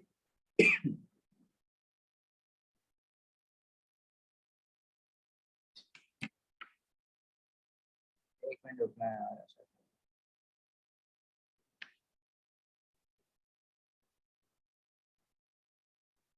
वाले, देखो इस पार्ट में तो उसने सिर्फ एक्सप्रेशन मांगी थी, वैल्यू नहीं मांगी थी। वैल्यू मोस्ट प्रोबेबली आगे मांगेगा, वो मैंने जल्दी में लिख दिया कि मांगा नहीं था उसने ना, सॉल्व करने के लिए नहीं कहा था, लेकिन करवाएगा आगे, जाहिर है। ये देखो आगे करवा रहा है, ठीक है, तो अलग अलग मार्क्स मिलेंगे इसका। कह रहे हैं explain why the total pressure of the system does not need to be known for Kp to be calculated for this experiment. अच्छा अब देखो, हम जब ये जिसमें तो हमने पार्शियल प्रेशर रखा है ना, हमने उसे मोल फ्रैक्शन डायरेक्टली रख रहे हैं। असल में तो मुझे पार्शियल प्रेशर ऑफ हाइड्रोजन निकालना चाहिए, वो कैसे निकलेगा? पार्शियल प्रेशर ऑफ, जैसे हाइड्रोजन का है 0.06 multiply by total pressure of the system, इसी तरह पार्शियल प्रेशर ऑफ क्लोरीन निकालने के लिए mole fraction of chlorine multiply by total pressure of a system. इसी तरह पार्शियल प्रेशर ऑफ HCl निकालने के लिए partial mole fraction of HCl multiply by total pressure of a system. इस तरह से करके पहले हम पार्शियल प्रेशर निकालते हैं और वो इस एक्सप्रेशन में पुट करते हैं। लेकिन यहाँ पे partial pressure, total pressure of a system दिया हुआ ही नहीं है, हम अपनी तरफ से अज्यूम नहीं करेंगे। यहाँ पे असल में बेसिकली वो जो टोटल प्रेशर है ना, वो कैंसिल आउट हो जाएगा। क्यों कैंसिल आउट हो जाएगा? अगर मैं ये सारी वैल्यूज केपी की एक्सप्रेशन में रखता हूँ, जैसे हाइड्रोजन की जगह पे मैं रख दूं 0.06 इंटू टोटल प्रेशर, क्लोरीन की जगह पे रख दूं 0.06 इंटू टोटल प्रेशर, और HCl की जगह पे रख दूं 0.88 इंटू टोटल प्रेशर, उस पूरे पे स्क्वायर रहेगा। तो देखो जो पार्शियल प्रेशर ऊपर से निकलेगा वो PT स्क्वायर और नीचे भी PT स्क्वायर, तो वो कैंसिल आउट हो जाएगा। और कैंसिल आउट होने का रीजन क्या है? क्योंकि total moles right hand side पे और लेफ्ट हैंड साइड पे गैसेस के इक्वल है, तभी जो पावर सेम आ रही है, ओवरऑल पावर टोटल प्रेशर की सेम बन रही है। तो आप इसको इन टर्म्स ऑफ वर्डिंग कैसे लिख सकते हो? कह रहा है कि total pressure does not need to be known for Kp because total number of moles of gases on right and left side of equation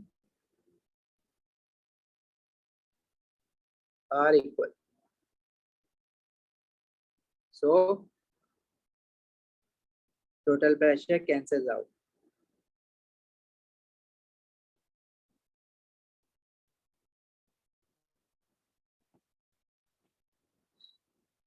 और फिर वैल्यू निकालने के लिए कह रहे हैं, तो फिर हम उसकी जगह पे ये शो कर सकते हैं सारा, और आंसर निकाल के बता दो।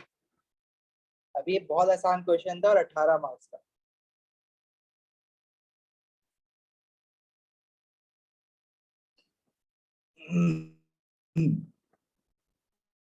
क्वेश्चन 4 है, इसमें कह रहा है the hydrocarbon A C4H10 and B C4H8 are both unbranched.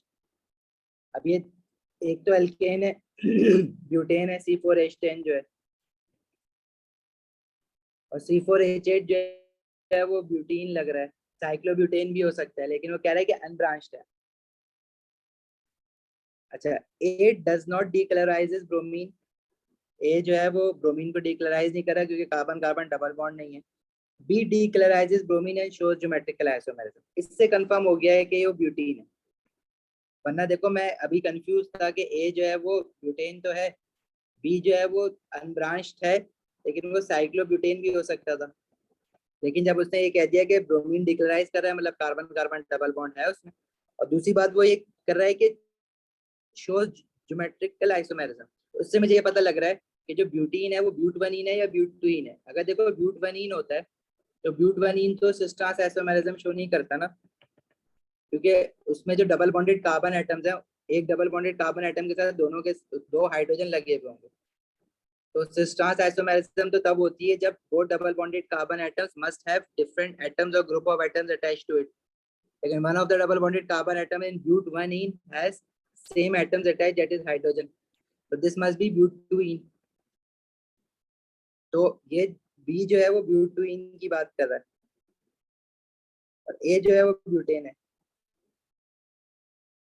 Draw the skeletal formula of A, तो ब्यूटेन का स्केलेटल फॉर्मूला कोई मसला नहीं है बनाने में। The hydrocarbon AC4H10 as an unbranched isomer suggests why the unbranched A has a higher boiling point than its branched isomer. तो hydrocarbon एक का अनब्रांच्ड आइसोमर तो हुआ है जिसका मैंने स्केलेटल फॉर्मूला भी बनाया, तो ब्रांच्ड आइसोमर क्या होगा, वो ये वाला हो जाएगा, 2 मिथाइल प्रोपेन जो होता है। सही है। अब ये रीजन हमने बहुत बार पढ़ा हुआ है कि जो आपके स्ट्रेट चेन आइसोमर्स होते हैं उनका जो बॉइलिंग पॉइंट होता है वो हायर होता है, और ब्रांच्ड आइसोमर का बॉइलिंग पॉइंट कम होता है। उसका रीजन क्या होता है, देखो जब अनब्रांच्ड आइसोमर जो होंगे उनके जो मॉलिक्यूल्स हैं वो एक दूसरे के साथ ज्यादा कांटेक्ट में होंगे, तो पॉइंट्स ऑफ कांटेक्ट जो है वो ज्यादा होंगे जब स्ट्रेट चेन होगी। तो ज्यादा वेंडावॉल फोर्सेस होंगी, ज्यादा स्ट्रॉन्गर वेंडावॉल फोर्सेस होंगी, क्योंकि वेंडावॉल फोर्सेस तो मॉलिक्यूल के कांटेक्ट होने की वजह से बनती है ना, इंटरमॉलिक्यूलर फोर्सेस जो temporary dipole induced dipole forces आते हैं, क्योंकि ये तो सारे नॉन पोलर मॉलिक्यूल हैं, हाइड्रोकार्बन तो नॉन पोलर होते हैं। लेकिन जो ब्रांच आइसोमर होगा उसमें जो दो मॉलिक्यूल्स हैं वो एक दूसरे से दूर दूर होंगे, क्योंकि ब्रांच की वजह से करीब करीब नहीं आ पा रहे, तो जो पॉइंट ऑफ कांटेक्ट है वो सिर्फ ये एक ही पॉइंट ऑफ कांटेक्ट या कम पॉइंट ऑफ कांटेक्ट बन रहे होंगे ब्रांच आइसोमर्स में, जिसकी वजह से जो इंटरमॉलिक्यूलर फोर्सेज होंगी वो वीकर होंगी। जब इंटरमॉलिक्यूलर फोर्सेज वीकर होती हैं तो it means lesser energy is required to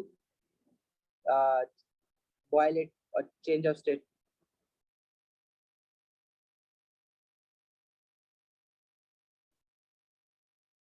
इसका आंसर कैसे लिखोगे, जो straight chain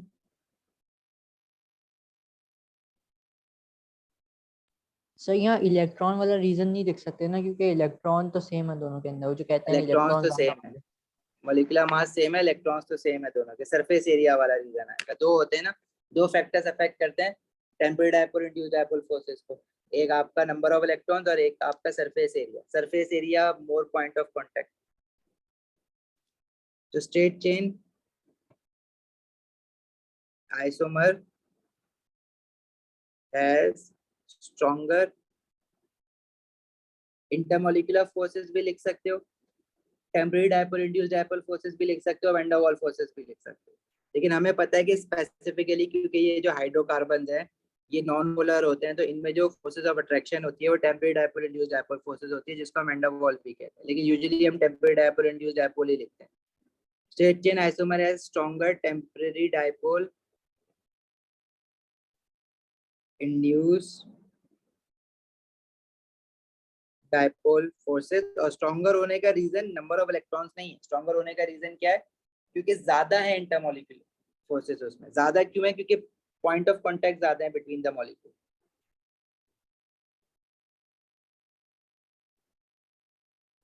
as compared to branched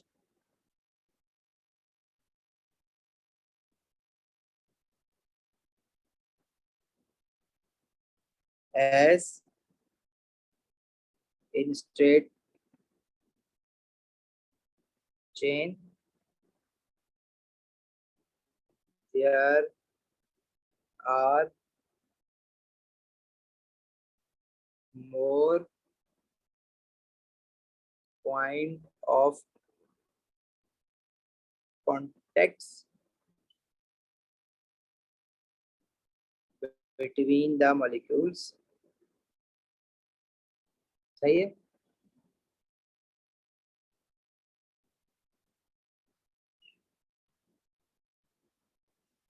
सो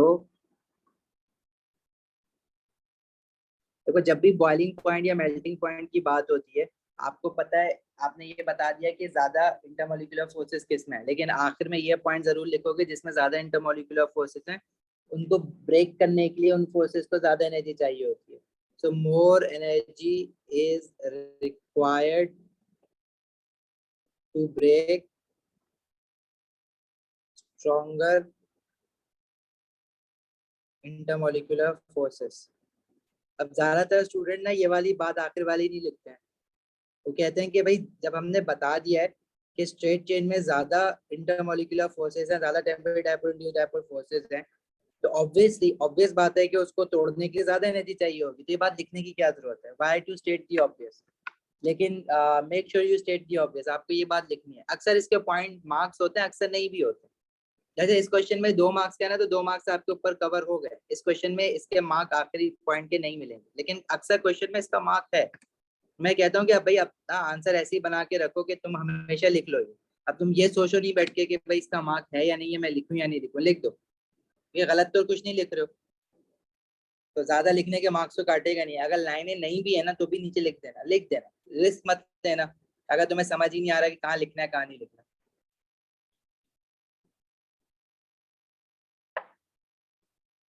चलें आगे।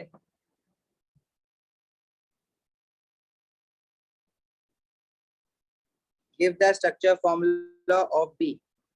अब बी जो है वो ब्यूटूइन था, ब्यूटूइन का स्ट्रक्चर फॉर्मूला पता है ना कैसे लिखते हैं? इस तरह से कंडेंस फॉर्मूला CH3 CH, और बीच में कार्बन कार्बन डबल बॉन्ड आएगा CH3 एंड देन CH3।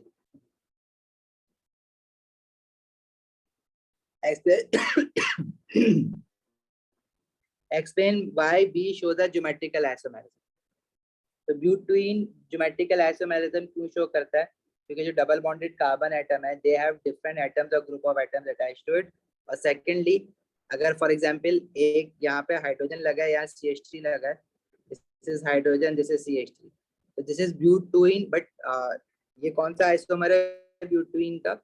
ये सिस है, और उसका जो ट्रांस है वो हम इस तरह से बना सकते हैं।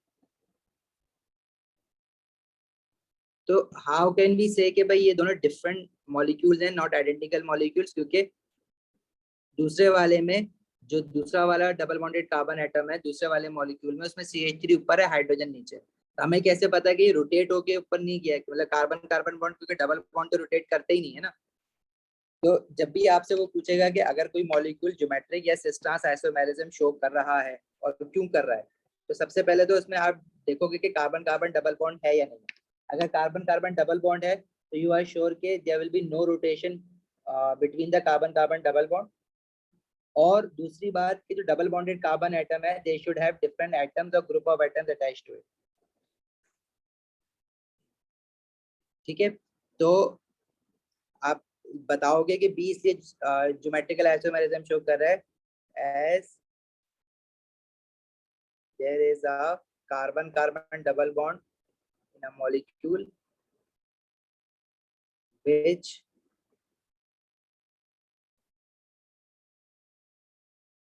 restricts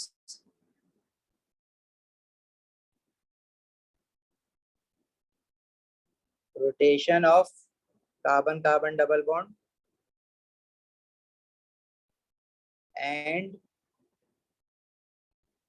there are सर इसका क्या मतलब होता है different। कि रोटेशन को रोकता है? वो हमने तो ये देखा था कि कार्बन के अराउंड जो हाइड्रोजन होता था, आप बताते थे कि वो घूम फिर के कहीं भी, क्योंकि वो एनवायरनमेंट में वो घूम रहा होता है किसी जगह पे 3D उसमें। तो कार्बन कार्बन डबल बॉन्ड की रोटेशन को रिस्ट्रिक्ट वाली बात क्या होती है ये? देखो, हमारे पास अगर कोई कार्बन कार्बन सिंगल बॉन्ड है ना, जैसे ये है, अब यहाँ हाइड्रोजन लगा है या क्लोरीन लगा है या लेट्स से ब्रोमीन लगा है, इस पे यहाँ CH3 लगा है या हाइड्रोजन लगा है। तो अगर मैं ये थर्ड वाले कार्बन की बात करूं, तो अगर थोड़ी देर बाद आपको ये मॉलिक्यूल इस फॉर्म में मिल रहा है, जैसे कि क्लोरीन जो है वो लास्ट कार्बन पे, क्लोरीन जो है वो ऊपर हो गया है, ब्रोमीन जो है अदर साइड पे है, हाइड्रोजन जो है वो उधर हो गया। तो बेसिकली ये जो बॉन्ड बना हुआ है ना, ये बॉन्ड तो कार्बन के साथ बना हुआ है, ये तो अब तुम्हें पता है ना, वो तो ओ लेवल की हद तक बात थी। अब तुम्हें पता है कि जो बॉन्ड बना हुआ है, तो कार्बन जो है यहाँ पे sp3 हाइब्रिडाइज्ड हुआ हुआ है, कार्बन का जो sp3 हाइब्रिड ऑर्बिटल है, और ब्रोमीन का जो अपना ऑर्बिटल होगा वो p ऑर्बिटल है, जो कि इसके साथ हो गया ओवरलैप बन गया। अब अगर ये ब्रोमीन पहले नीचे बना हुआ था ये बॉन्ड, अब अगर ये नीचे से राइट पे आ गया है, तो इसका मतलब क्या है कि जब कार्बन है ये खुद घूम गया है पूरा। ऐसा नहीं हुआ कि बॉन्ड ब्रेक हुआ है ऊपर बॉन्ड बन गया है, कि मतलब ये कार्बन जो है वो खुद घूम रहा है। ये डबल बॉन्ड के कार्बन आगे पीछे हो रहा है। कार्बन अगर रोटेट करेगा सब कुछ उल्टा हो जाएगा। देखो, हाइड्रोजन ऊपर चला जाएगा, क्लोरीन नीचे आ जाएगा। डिपेंड करता है कि कार्बन की रोटेशन कैसे हो रही है। अगर यहाँ पे मैं एग्जैक्टली बनाऊं तो जैसे ब्रोमीन हमारा ऊपर वाले में नीचे था, वो ऊपर चला जाएगा, और क्लोरीन जो है वो बीच में रहेगा, हाइड्रोजन नीचे आ जाएगा, अगर ये पूरा 360 डिग्री रोटेट करता है। तो बेसिकली ये जो आगे पीछे हो रहे होते हैं वो कार्बन की रोटेशन की वजह से हो रहे होते हैं, क्योंकि ये जो कार्बन 3 और कार्बन 2 है वो एक दूसरे के अबाउट रोटेट कर सकते हैं जब इनके बीच में सिर्फ सिग्मा बॉन्ड हो। लेकिन जब अगर इनके बीच में पाई बॉन्ड आ जाता है ना, तो पाई बॉन्ड की जो इलेक्ट्रॉन चार्ज डेंसिटी होती है वो above and below the axis होती है। तो पाई बॉन्ड जो है क्योंकि ऊपर और नीचे होता है इसलिए वो उनको ना रोटेट होने से रोक देता है। अब ये जो दो कार्बन है ना, ये दो कार्बन एक दूसरे के अबाउट रोटेट नहीं कर सकते, इसको हम कहते हैं रिस्ट्रिक्टिंग द रोटेशन। यही वजह है कि डबल बॉन्ड में सिस्टम, क्योंकि देखो अगर फॉर एग्जांपल मैंने ये दो सिस्टम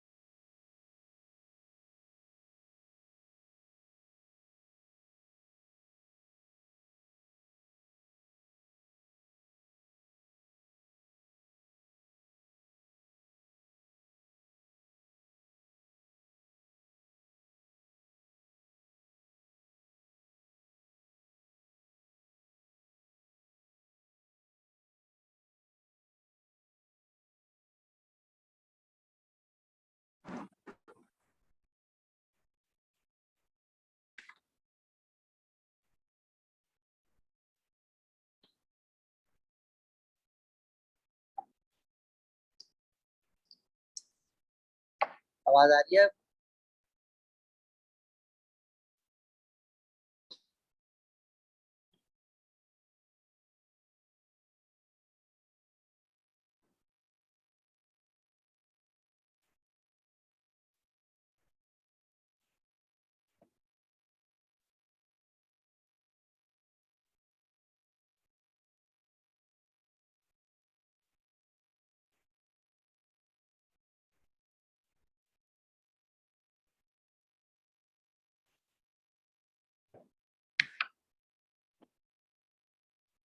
तो ये तो इसकी पूरी हम ये इस तरह से लिखते हैं कि there are different at there is a carbon carbon double bond which restricts rotation and there is a different atoms or group of atoms attached to double bonded carbon atoms. तो इसका ऑप्टिकल तो नहीं बन सकता ना? नहीं, optical के लिए कायरल कार्बन होना जरूरी है। कायरल कार्बन क्या होता है कि उस एक कार्बन के 4 बॉन्ड्स हो, सिंगल बॉन्ड्स हो, और चारों बॉन्ड्स पे डिफरेंट चीजें अटैच हो।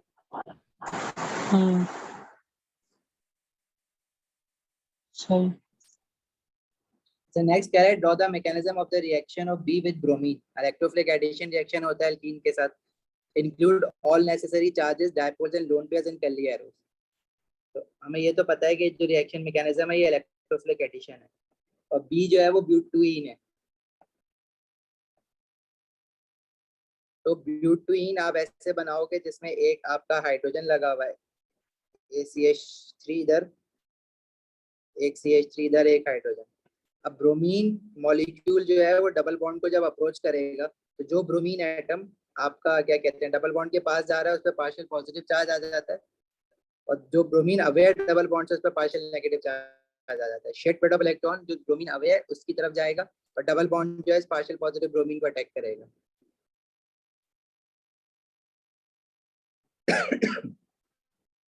फिर क्या होता है, जो कार्बन कार्बन डबल बॉन्ड है ये खत्म हो जाएगा, और one of the double bonded carbon atom will have bromine attached to it, the other carbon will have a complete positive charge attached to it.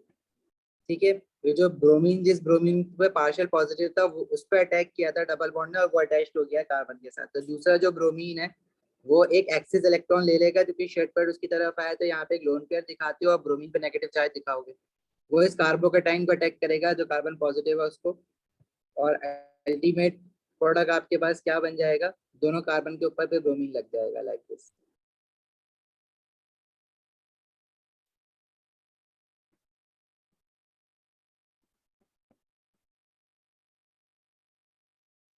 सही है।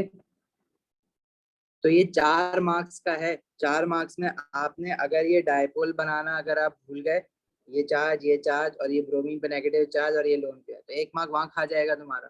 कर्ली एरोज, 3 कर्ली एरोज बनाने, एक ये वाला, एक ये वाला और एक ये वाला, ये बनाना भूल गए तो 1 मार्क यहाँ खा जाएगा। फिर उसके बाद फाइनल प्रोडक्ट अगर तुमने सही नहीं बनाया तो 1 मार्क वहां चला जाएगा तुम्हारा। और ये जो बीच में इंटरमीडिएट बनाया है, 1 मार्क इसका है। चलें आगे। कह रहे हैं explain the origin of dipole on bromine in this mechanism. तो ब्रोमीन तो नॉन पोलर मॉलिक्यूल है, लेकिन जब ब्रोमीन डबल बॉन्ड की तरफ जाता है तो डबल बॉन्ड की high electron negative charge density होती है पाई बॉन्ड की वजह से। तो वो क्या करता है, ब्रोमीन मॉलिक्यूल पे डायपोल्स इंड्यूस करवा देता है। क्योंकि जब देखो ब्रोमीन इसकी तरफ जाएगा तो जो शेयर्ड पेयर ऑफ इलेक्ट्रॉन है उसको रिपल्जन मिलेगी, और वो वाले ब्रोमीन एटम की तरफ जाएगा जो कि डबल बॉन्ड से दूर है, जिसकी वजह से वो वाले ब्रोमीन एटम पे पार्शियल नेगेटिव चार्ज आ जाएगा, और वो ब्रोमीन एटम जो डबल बॉन्ड के करीब है उस पे पार्शियल पॉजिटिव चार्ज आ जाएगा। तो रीजन क्या है कि क्यों आ रहा है ब्रोमीन पे partial charges? Because due to high negative electron charge density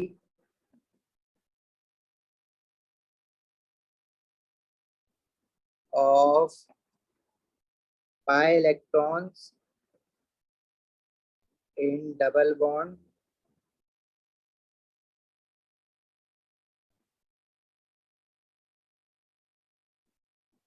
repels the shared pair of bromine towards the other bromine atom, inducing dipoles.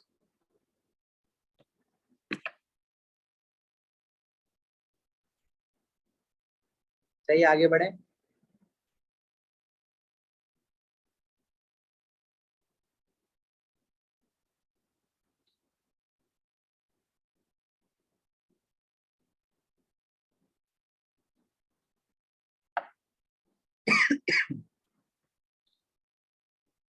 Next कह रहे हैं the alcohol C and D are isomers of each other with the molecular formula C4H10O. Both isomers are branched. अब मुझे नहीं पता कि कौन से अभी आइसोमर कौन से अल्कोहल की बात कर रहा है। ये तो पता है कि 4 कार्बन वाला ब्यूटेनॉल होता है। ब्रांच्ड है तो मतलब कार्बन कार्बन स्ट्रेट चेन नहीं है, 4 carbon. When C is heated under reflux with acidified potassium dichromate, no color change is seen. Acidified potassium dichromate oxidising agent है, और अल्कोहल जो है वो फर्दर ऑक्सीडाइज्ड होते हैं। Primary alcohol 1 degree alcohol further oxidised होके क्या बनाते हैं, एल्डिहाइड या कार्बोक्सिलिक एसिड।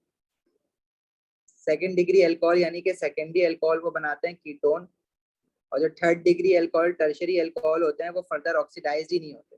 अगर सी ऑक्सीडाइज नहीं हो रहा है, कलर चेंज नहीं आ रहा है ना पोटेशियम डाइक्रोमेट तक, तो पोटेशियम डाइक्रोमेट जब ऑक्सीडाइज करवा देगा किसी चीज को तो उसका colour change orange to green हो जाएगा। अब अगर कलर चेंज ही नहीं आ रहा है, इसका मतलब है कि सी जो है वो ऑक्सीडाइज नहीं हो रहा है। तो व्हाट आर द चांसेस कि सी क्या है, C should be a tertiary alcohol. और 4 कार्बन एटम के साथ टर्शरी अल्कोहल आप कैसे बना सकते हो, मतलब अल्फा कार्बन जिस कार्बन पे OH अटैच्ड है उस कार्बन के साथ तीनों एल्काइल अटैच्ड हो, तीनों CH3 लगाने पड़ेंगे तुम्हें 4 पूरे करने के लिए। This must be C. समझ आई बात? यस फिर डी में कह रहा है when D is heated under reflux with acidified potassium, reflux में कर रहा है मतलब एसिड तक ऑक्सीडाइज करेगा। The colour of the mixture changes from orange to green and E is produced.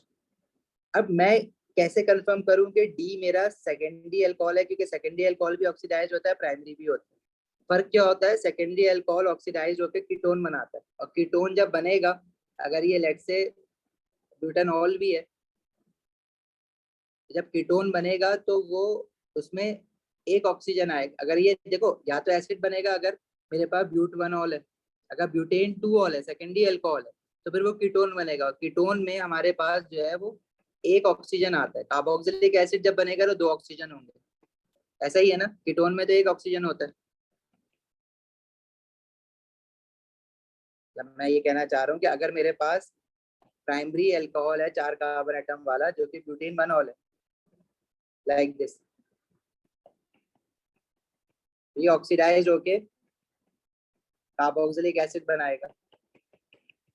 अगर ये आपके पास C4H9OH था, इसका मोलिकुलर फॉर्मूला C4H10O होगा, लेकिन जब ये कार्बोक्सिलिक एसिड बना लेगा तो दैट वुड बी C4, बल्कि सी कार्बोक्सिलिक एसिड का जनरल फॉर्मूला C3H7COOH, मतलब 4 कार्बन 8 हाइड्रोजन और 2 ऑक्सीजन। लेकिन अगर ये सेकेंडरी अल्कोहल हो, लाइक दिस ब्यूटेन 2ऑल हो, अगर मतलब अल्फा कार्बन के साथ 2 अल्काइल अटैच्ड है, तो ये कीटोन बनाएगा ऑक्सीडाइज्ड होकर। तो इसके मोलिकुलर फॉर्मूला में हमारे पास एक ऑक्सीजन आएगा ना, पहचान लोगे ऐसे। अगर जो प्रोडक्ट बना है उसमें ऑक्सीजन कितने हैं वो देख के भी पहचान सकते हो कि भाई प्राइमरी अल्कोहल से बना है या सेकेंडरी अल्कोहल से बना है। तो कह रहा है कि डी को जब हमने हीट अंडर रिफ्लक्स किया है तो कलर चेंज हो गया, पोटेशियम डाइक्रोमेट का मतलब ऑक्सीडाइज हो गया, ठीक है। और जो उससे प्रोडक्ट बना है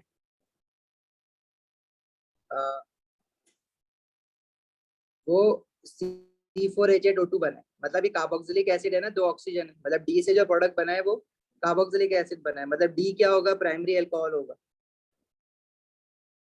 प्राइमरी अल्कोहल फिर आप कैसे बनाओगे, 1 2 3 4 और आखिर में OH होगा। This is primary alcohol, butan one ol, सही है। और ई जो बना है वो भी ब्यूटेनोइक एसिड बनेगा ऑब्वियसली ब्यूटेनॉल से। वो कह रहा है E reacts with aqueous sodium carbonate to form carbon dioxide gas. अगर ये नहीं भी बता रहा होता तो मुझे समझ तो आ गया कि ब्यूटेनोइक एसिड बना है, क्योंकि जो अल्कोहल है उसमें एक ही ऑक्सीजन एक ही OH है। अब ये भी नहीं हो सकता कि 2 एल्डिहाइड बन गए हों, क्योंकि अल्कोहल जो था उसमें एक ही ऑक्सीजन था, तो एक ही फंक्शनल ग्रुप है हाइड्रोक्सिल। ई जो है वो ब्यूटेनोइक एसिड है, तो ये बड़ा स्ट्रेट फॉरवर्ड हो गया है ये तो।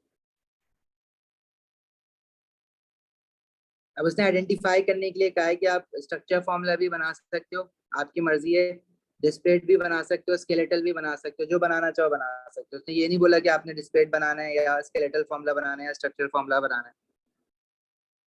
Right the equation for the reaction between E and aqueous sodium carbonate. अब ई जो है वो ब्यूटेनोइक एसिड है, ब्यूटेनोइक एसिड ये होता है C3H7COOH, यूं भी लिख सकते हो, और अगर पूरा मोलिकुलर फॉर्मूला लिखना है C4H8O2 यूं भी लिख सकते हो। सोडियम कार्बोनेट एसिड जब मेटल कार्बोनेट के साथ रिएक्ट करते हैं तो प्रोडक्ट में बनता है salt, water and carbon dioxide gas. O level से पढ़ते आ रहे हो, इक्वेशन बैलेंस कर देना बस, अगर बैलेंस नहीं है तो, ठीक है। अब यहाँ पे क्योंकि सोडियम 2 आ गया तो बैलेंस करने के लिए यहाँ 2 लगाओगे, यहाँ 2 लगाओगे, फिर बैलेंस होगी। और ये जो सॉल्ट बना है इसका नाम क्या होता है, जिससे सोडियम प्रोपानोएट।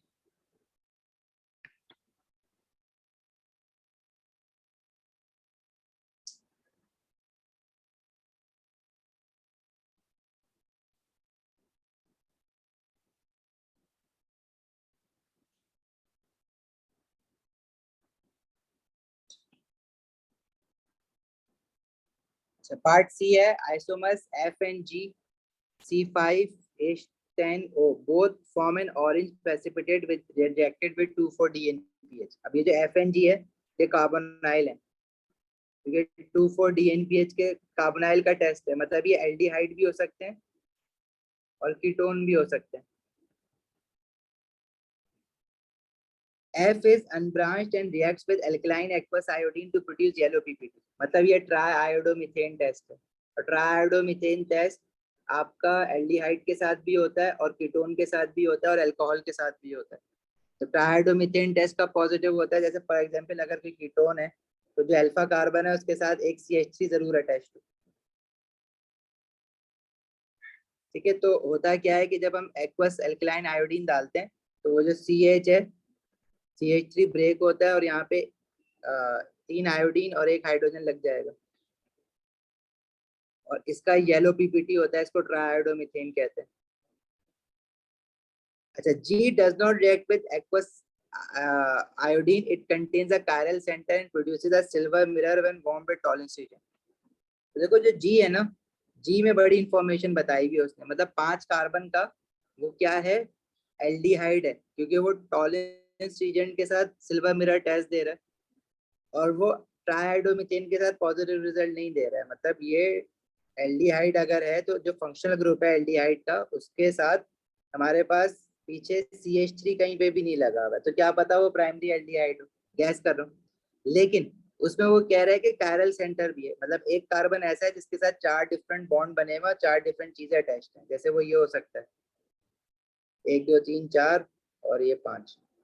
तो जी का स्ट्रक्चर मुझे, मैं 100% तो नहीं, मैं 98% यहीं पे कॉन्फिडेंट हो गया हूँ कि जी का स्ट्रक्चर यही होगा। अब अगर तुम एफ का बनाने की कोशिश करो तो उसमें CH3 देना पड़ेगा तुम्हें। समझ आई बात? तो येलो पीपीटी जो बनता है हमारे पास वो ट्राइआयोडोमीथेन होता है भाई, वो तो पता ही है। मॉलिक्यूलर फॉर्मूला उसका ये होता है, give the structure formula of F and G. तो जी जो है एफ में जो है वो क्या कहते हैं, अनब्रांच्ड है, मतलब कोई ब्रांच नहीं है। जी के बारे में उसने कहा था कि does not react with aqueous alkaline iodine, it contains a chiral centre. वो नेगेटिव है, उसमें तो अल्फा कार्बन के साथ कहीं डायरेक्टली CH3 भी अटैच नहीं है। सही है, समझ आई बात उस्मान, हसन और जोबिया? जी सर। सब एफ के बारे में क्या, फिर एफ जो होगा वो एफ जो है वो F is unbranched and react with aqueous alkaline iodine to produce a yellow ppt. अब एफ जो है वो कीटोन है या एल्डिहाइड है, दैट डिपेंड्स। अगर मैं एफ को एल्डिहाइड बनाता हूँ तो वो कह रहे हैं अनब्रांच्ड है। पहली बात तो अगर मैंने एल्डिहाइड ऐसे बनाया है, अनब्रांच्ड का मतलब क्या है कि मुझे बाकी सारे कार्बन स्टेट चेंज में लगाने पड़ेंगे। तो अल्फा कार्बन में इसके साथ ट्राइआयोडोमीथेन टेस्ट तो नेगेटिव आएगा। अगर मैं अनब्रांच्ड एल्डिहाइड बनाने की कोशिश करता इंटरनल स्ट्रेट चेन वाला, तो उसमें CH3 अल्फा कार्बन के साथ आ नहीं सकता, तो एल्डिहाइड नहीं बना सकता मैं। Unbranched aldehyde with alpha carbon के साथ CH3 इंपॉसिबल है बनाना। तुम बीच में तो लगा नहीं सकते हो ना एल्डिहाइड नहीं। अगर तुम बीच में लगाओ, बोलो यहाँ CH3 हो गया, राइट पे बाकी ये स्ट्रेट चेन है, तो फिर वो एल्डिहाइड थोड़ी रहा, वो तो कीटोन बन गया। इसका मतलब क्या है कि जो एफ है वो एल्डिहाइड नहीं है, बल्कि वो क्या है, है, मतलब स्ट्रेट चेन है, जैसे मैंने अभी बनाया। और अल्फा कार्बन के साथ एक CH3 है, तो हाँ मैं एक राइट पे CH3 लगा दिया तो ट्राइआयोडोमीथेन टेस्ट पॉजिटिव हो जाएगा। ठीक है, और यहाँ पे 5 कार्बन भी हो गए। सही है, अनब्रांच्ड है और मुझे कुछ करना नहीं है इसमें। तो ये हमारे पास जो बना वो बना पेंटेन 2 ओन, और जो एल्डिहाइड बना है वो बना है 2 मिथाइल, और कितने कार्बन है, 4 ब्यूटानल। एल्डिहाइड का स्ट्रक्चर फॉर्मूला हम कैसे देंगे, CH3 CH2, और जो सेकंड लास्ट कार्बन है इसके साथ ब्रांच में CH3 है ना, तो ब्रैकेट लगा के CH3 लगाएंगे, फिर CHO। एल्डिहाइड को हम CHO लिखते हैं, COH लिखते हो तो अल्कोहल जैसा लगता है, इसलिए CHO लिखते हैं। ठीक है, ये मैंने सारी जी बन ये जी है मेरा जो मैंने एफ में बना दिया, बेसिकली ये जी है। और एफ हमारा कीटोन है, वो तो बड़ा सिंपल सा है, CH3 CH2 CH2 CO पे CH3। क्लियर?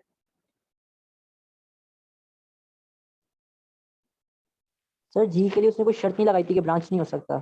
जी के लिए उसने ऐसा कुछ नहीं कहा था कि ब्रांच हो सकता है या नहीं हो सकता, लेकिन उसने ये कहा था कि कायरल सेंटर है। कायरल सेंटर के लिए मुझे हर हाल में एक CH3 लगाना पड़ जाएगा ब्रांच में, वरना हाइड्रोजन हाइड्रोजन लगा देंगे तो फिर वो कायरलिटी नहीं रहेगी कार्बन।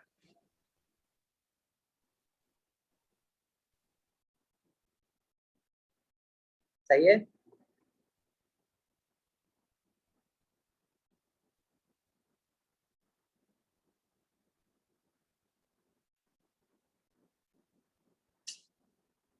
चले आगे। Explain the meaning of the term chiral centre. तो कायरल सेंटर क्या होता है भाई, वो कार्बन जिसके 4 सिंगल बॉन्ड बने हुए हो और चारों बॉन्ड पे डिफरेंट आइटम्स या ग्रुप ऑफ आइटम्स अटैच हो। कार्बन हैविंग 4 सिंगल बॉन्ड, मतलब टेट्राहेड्रल कार्बन हो, ये भी लिख सकते हो टेट्राहेड्रल हो, and all 4 bonds have different atoms or group of atoms attached to it। और जिस मॉलिक्यूल में कायरल कार्बन होता है वो ऑप्टिकल आइसोमर करता है, ऑप्टिकल आइसोमरिज्म शो होती है उसमें। सही है, तो अगर ये पूछ ले तो हम ये भी कह सकते हैं कि इट शोस या it has optical isomers have different spatial arrangement. spatial का मतलब क्या होता है कि they have different orientation और position, orientation या position with respect to space. तो ये पूरी लिखने के बजाय they have different orientation और position with respect to space, हम एक वर्ड यूज करते हैं, इसका मतलब होता है इसी सर नॉन सुपर इम्पोजेबल वाली बात कहाँ लिखते हैं? वो भी लिख सकते हैं इसमें, ये नहीं लिख रहे तो आप they have to isomers which have non superimposable mirror images of each other, ये भी लिख सकते हो उसमें। मतलब कोई एक बात लिखोगे इनमें से जो तुम्हें याद हो जाए आसानी से, non superimposable mirror images. मतलब अगर एक्सप्लेन करने के लिए कहेगा ना तो आप ये लिखोगे कि why they have non superimposable mirror images because these two isomers have different spatial arrangement. और साथ में ये भी एक और ये भी लिख सकते हैं कि they polarize light into different planes,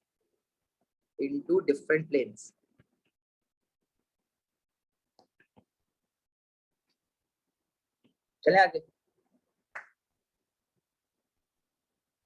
IR spectroscopy का क्वेश्चन है, फंक्शनल ग्रुप आइडेंटिफाई करने वाला। HNIR isomers with molecular formula C2H4O2, the infrared spectra of isomers HNIR shown।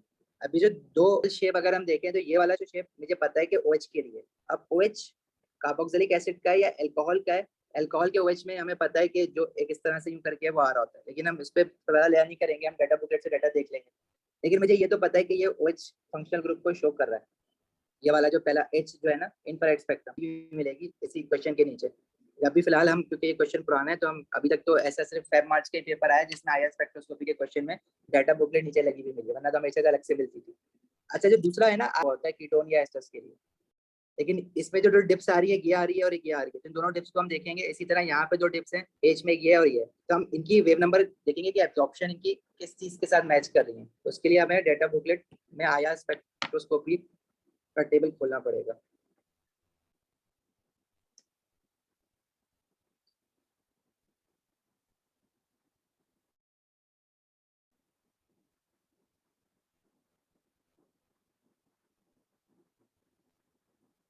तो ये अब देख के बता दो कि देखो एक ये यहाँ से पीक पॉइंट इसका यहाँ पर है और यहाँ 3000 से ऊपर है, 3100 या 200 के करीब।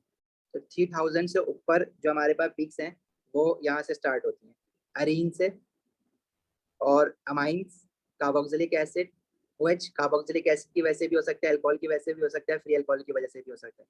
तो इनमें से कोई पीक है अमाइन 4O2। अब दो ऑक्सीजन का मतलब ये है कि दो कीटोन भी हो सकते हैं, या कार्बोक्सिलिक एसिड, या आपका ज्यादा ऑप्शन क्या है कि कार्बोक्सिलिक एसिड हो या एस्टर हो, लेकिन नाइट्रोजन तो कहीं नहीं है ना, मतलब अमाइन वाली पीक तो एक्सेस नहीं करती है। तो मैं ये वाली चीज तो हटा दूंगा ऑप्शन से। जो एरीन वाली है 3100, हमारी 3200 पे पीक आई है, लेकिन एरीन्स और एल्कीन्स होते हैं carbon carbon double bond. Arenes basically benzene होते हैं जो भी हम पढ़ते नहीं है, और उनकी पीक कम हो जाती है जो नीचे तक आ रही है, मतलब ये एरीन्स भी नहीं है। तो ये OH है। अब ये OH किसका है उसकी अभी फिलहाल तो हम OH ही आइडेंटिफाई कर पा रहे हैं ना, इसमें से OH है। अब वो OH जो है वो कार्बोक्सिलिक ग्रुप का भी हो सकता है, अल्कोहल का भी हो सकता है। अच्छा उसके लिए अब अगर मैं दूसरी पीक देखूं, जो दूसरी पीक आ रही है वो 1500 से पीछे वाली जो पीक्स होती है ना, वो तो कार्बन कार्बन बॉन्ड की या कार्बन हाइड्रोजन बॉन्ड की होती है। ये जो पीक आ रही है दूसरी वाली जो 1500 के बाद है, 1600 1700 पे 1700 पे, तो 1700 पे किस चीज, तो 1700 वाली रेंजेस आपकी इधर मिलेंगी बीच में, सारी स्ट्रॉन्ग पीक्स हैं नीचे तक आती हैं। और ये किसकी हो सकती है, कार्बन ऑक्सीजन डबल बॉन्ड। सही है।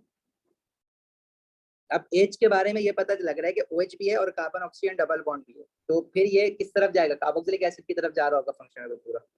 एच में दो पीक्स मैंने आइडेंटिफाई की स्पेक्ट्रम से, identify and bonds responsible for the principal peaks above 1500 जो कि हर ऑर्गेनिक कंपाउंड में होता है।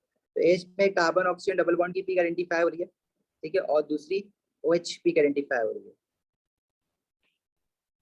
अच्छा स्पेक्ट्रम आई जो है वो भी इसी मॉलिक्यूल का है, लेकिन मॉलिक्यूलर फॉर्मूला ये, अब जाहिर है इसमें जो है OH वाली पीक गायब है, मतलब ये कार्बोक्सिलिक एसिड नहीं होगा, तो मॉलिक्यूलर फॉर्मूला आइसोमर होगा। तो एसिड का कार्बोक्सिलिक एसिड का आइसोमर एस्टर हो सकता है। तो आई से मुझे पता लग रहा है कि यार ये आइसोमर है, सॉरी एस्टर है, जो आइसोमर है ये एस्टर है। लेकिन मैं ये पीक्स को देख के और कंफर्म किस तरह से करूंगा, एक पीक आ रही है 1500 1600 1700 पे, ये वही पीक है जो कार्बोक्सिलिक एसिड वाली डबल बॉन्ड को शो कर रही होती है, ठीक है। अच्छा दूसरी पीक ना यहाँ पे आ रही है जो कि आपके ऊपर रुक गई है, ये वाली जो कि 3000 से कम है, 2900 के करीब है। अब यहाँ से हमें देखना पड़ेगा कि 2900 वाली पीक्स कौन सी होती हैं भाई।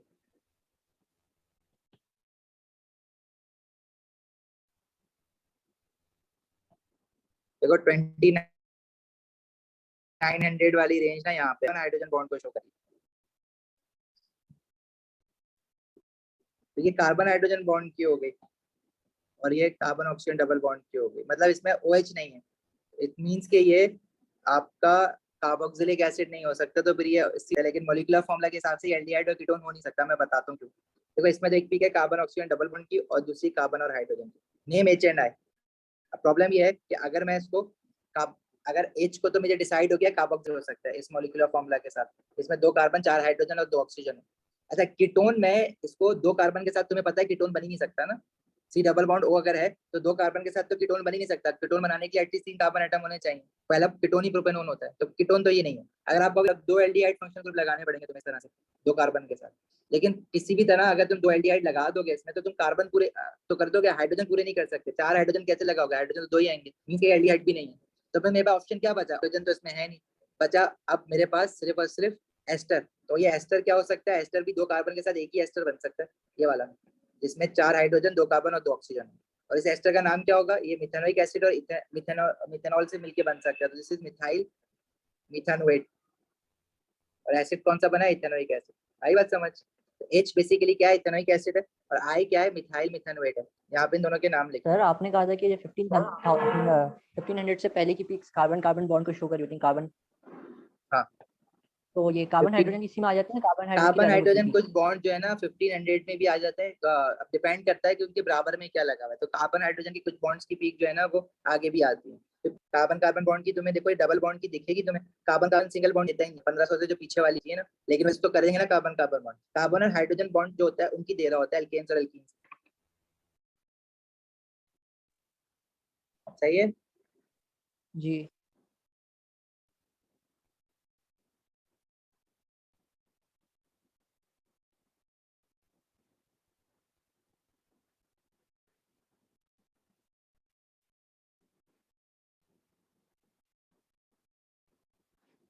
चलो खत्म हो गया है पेपर।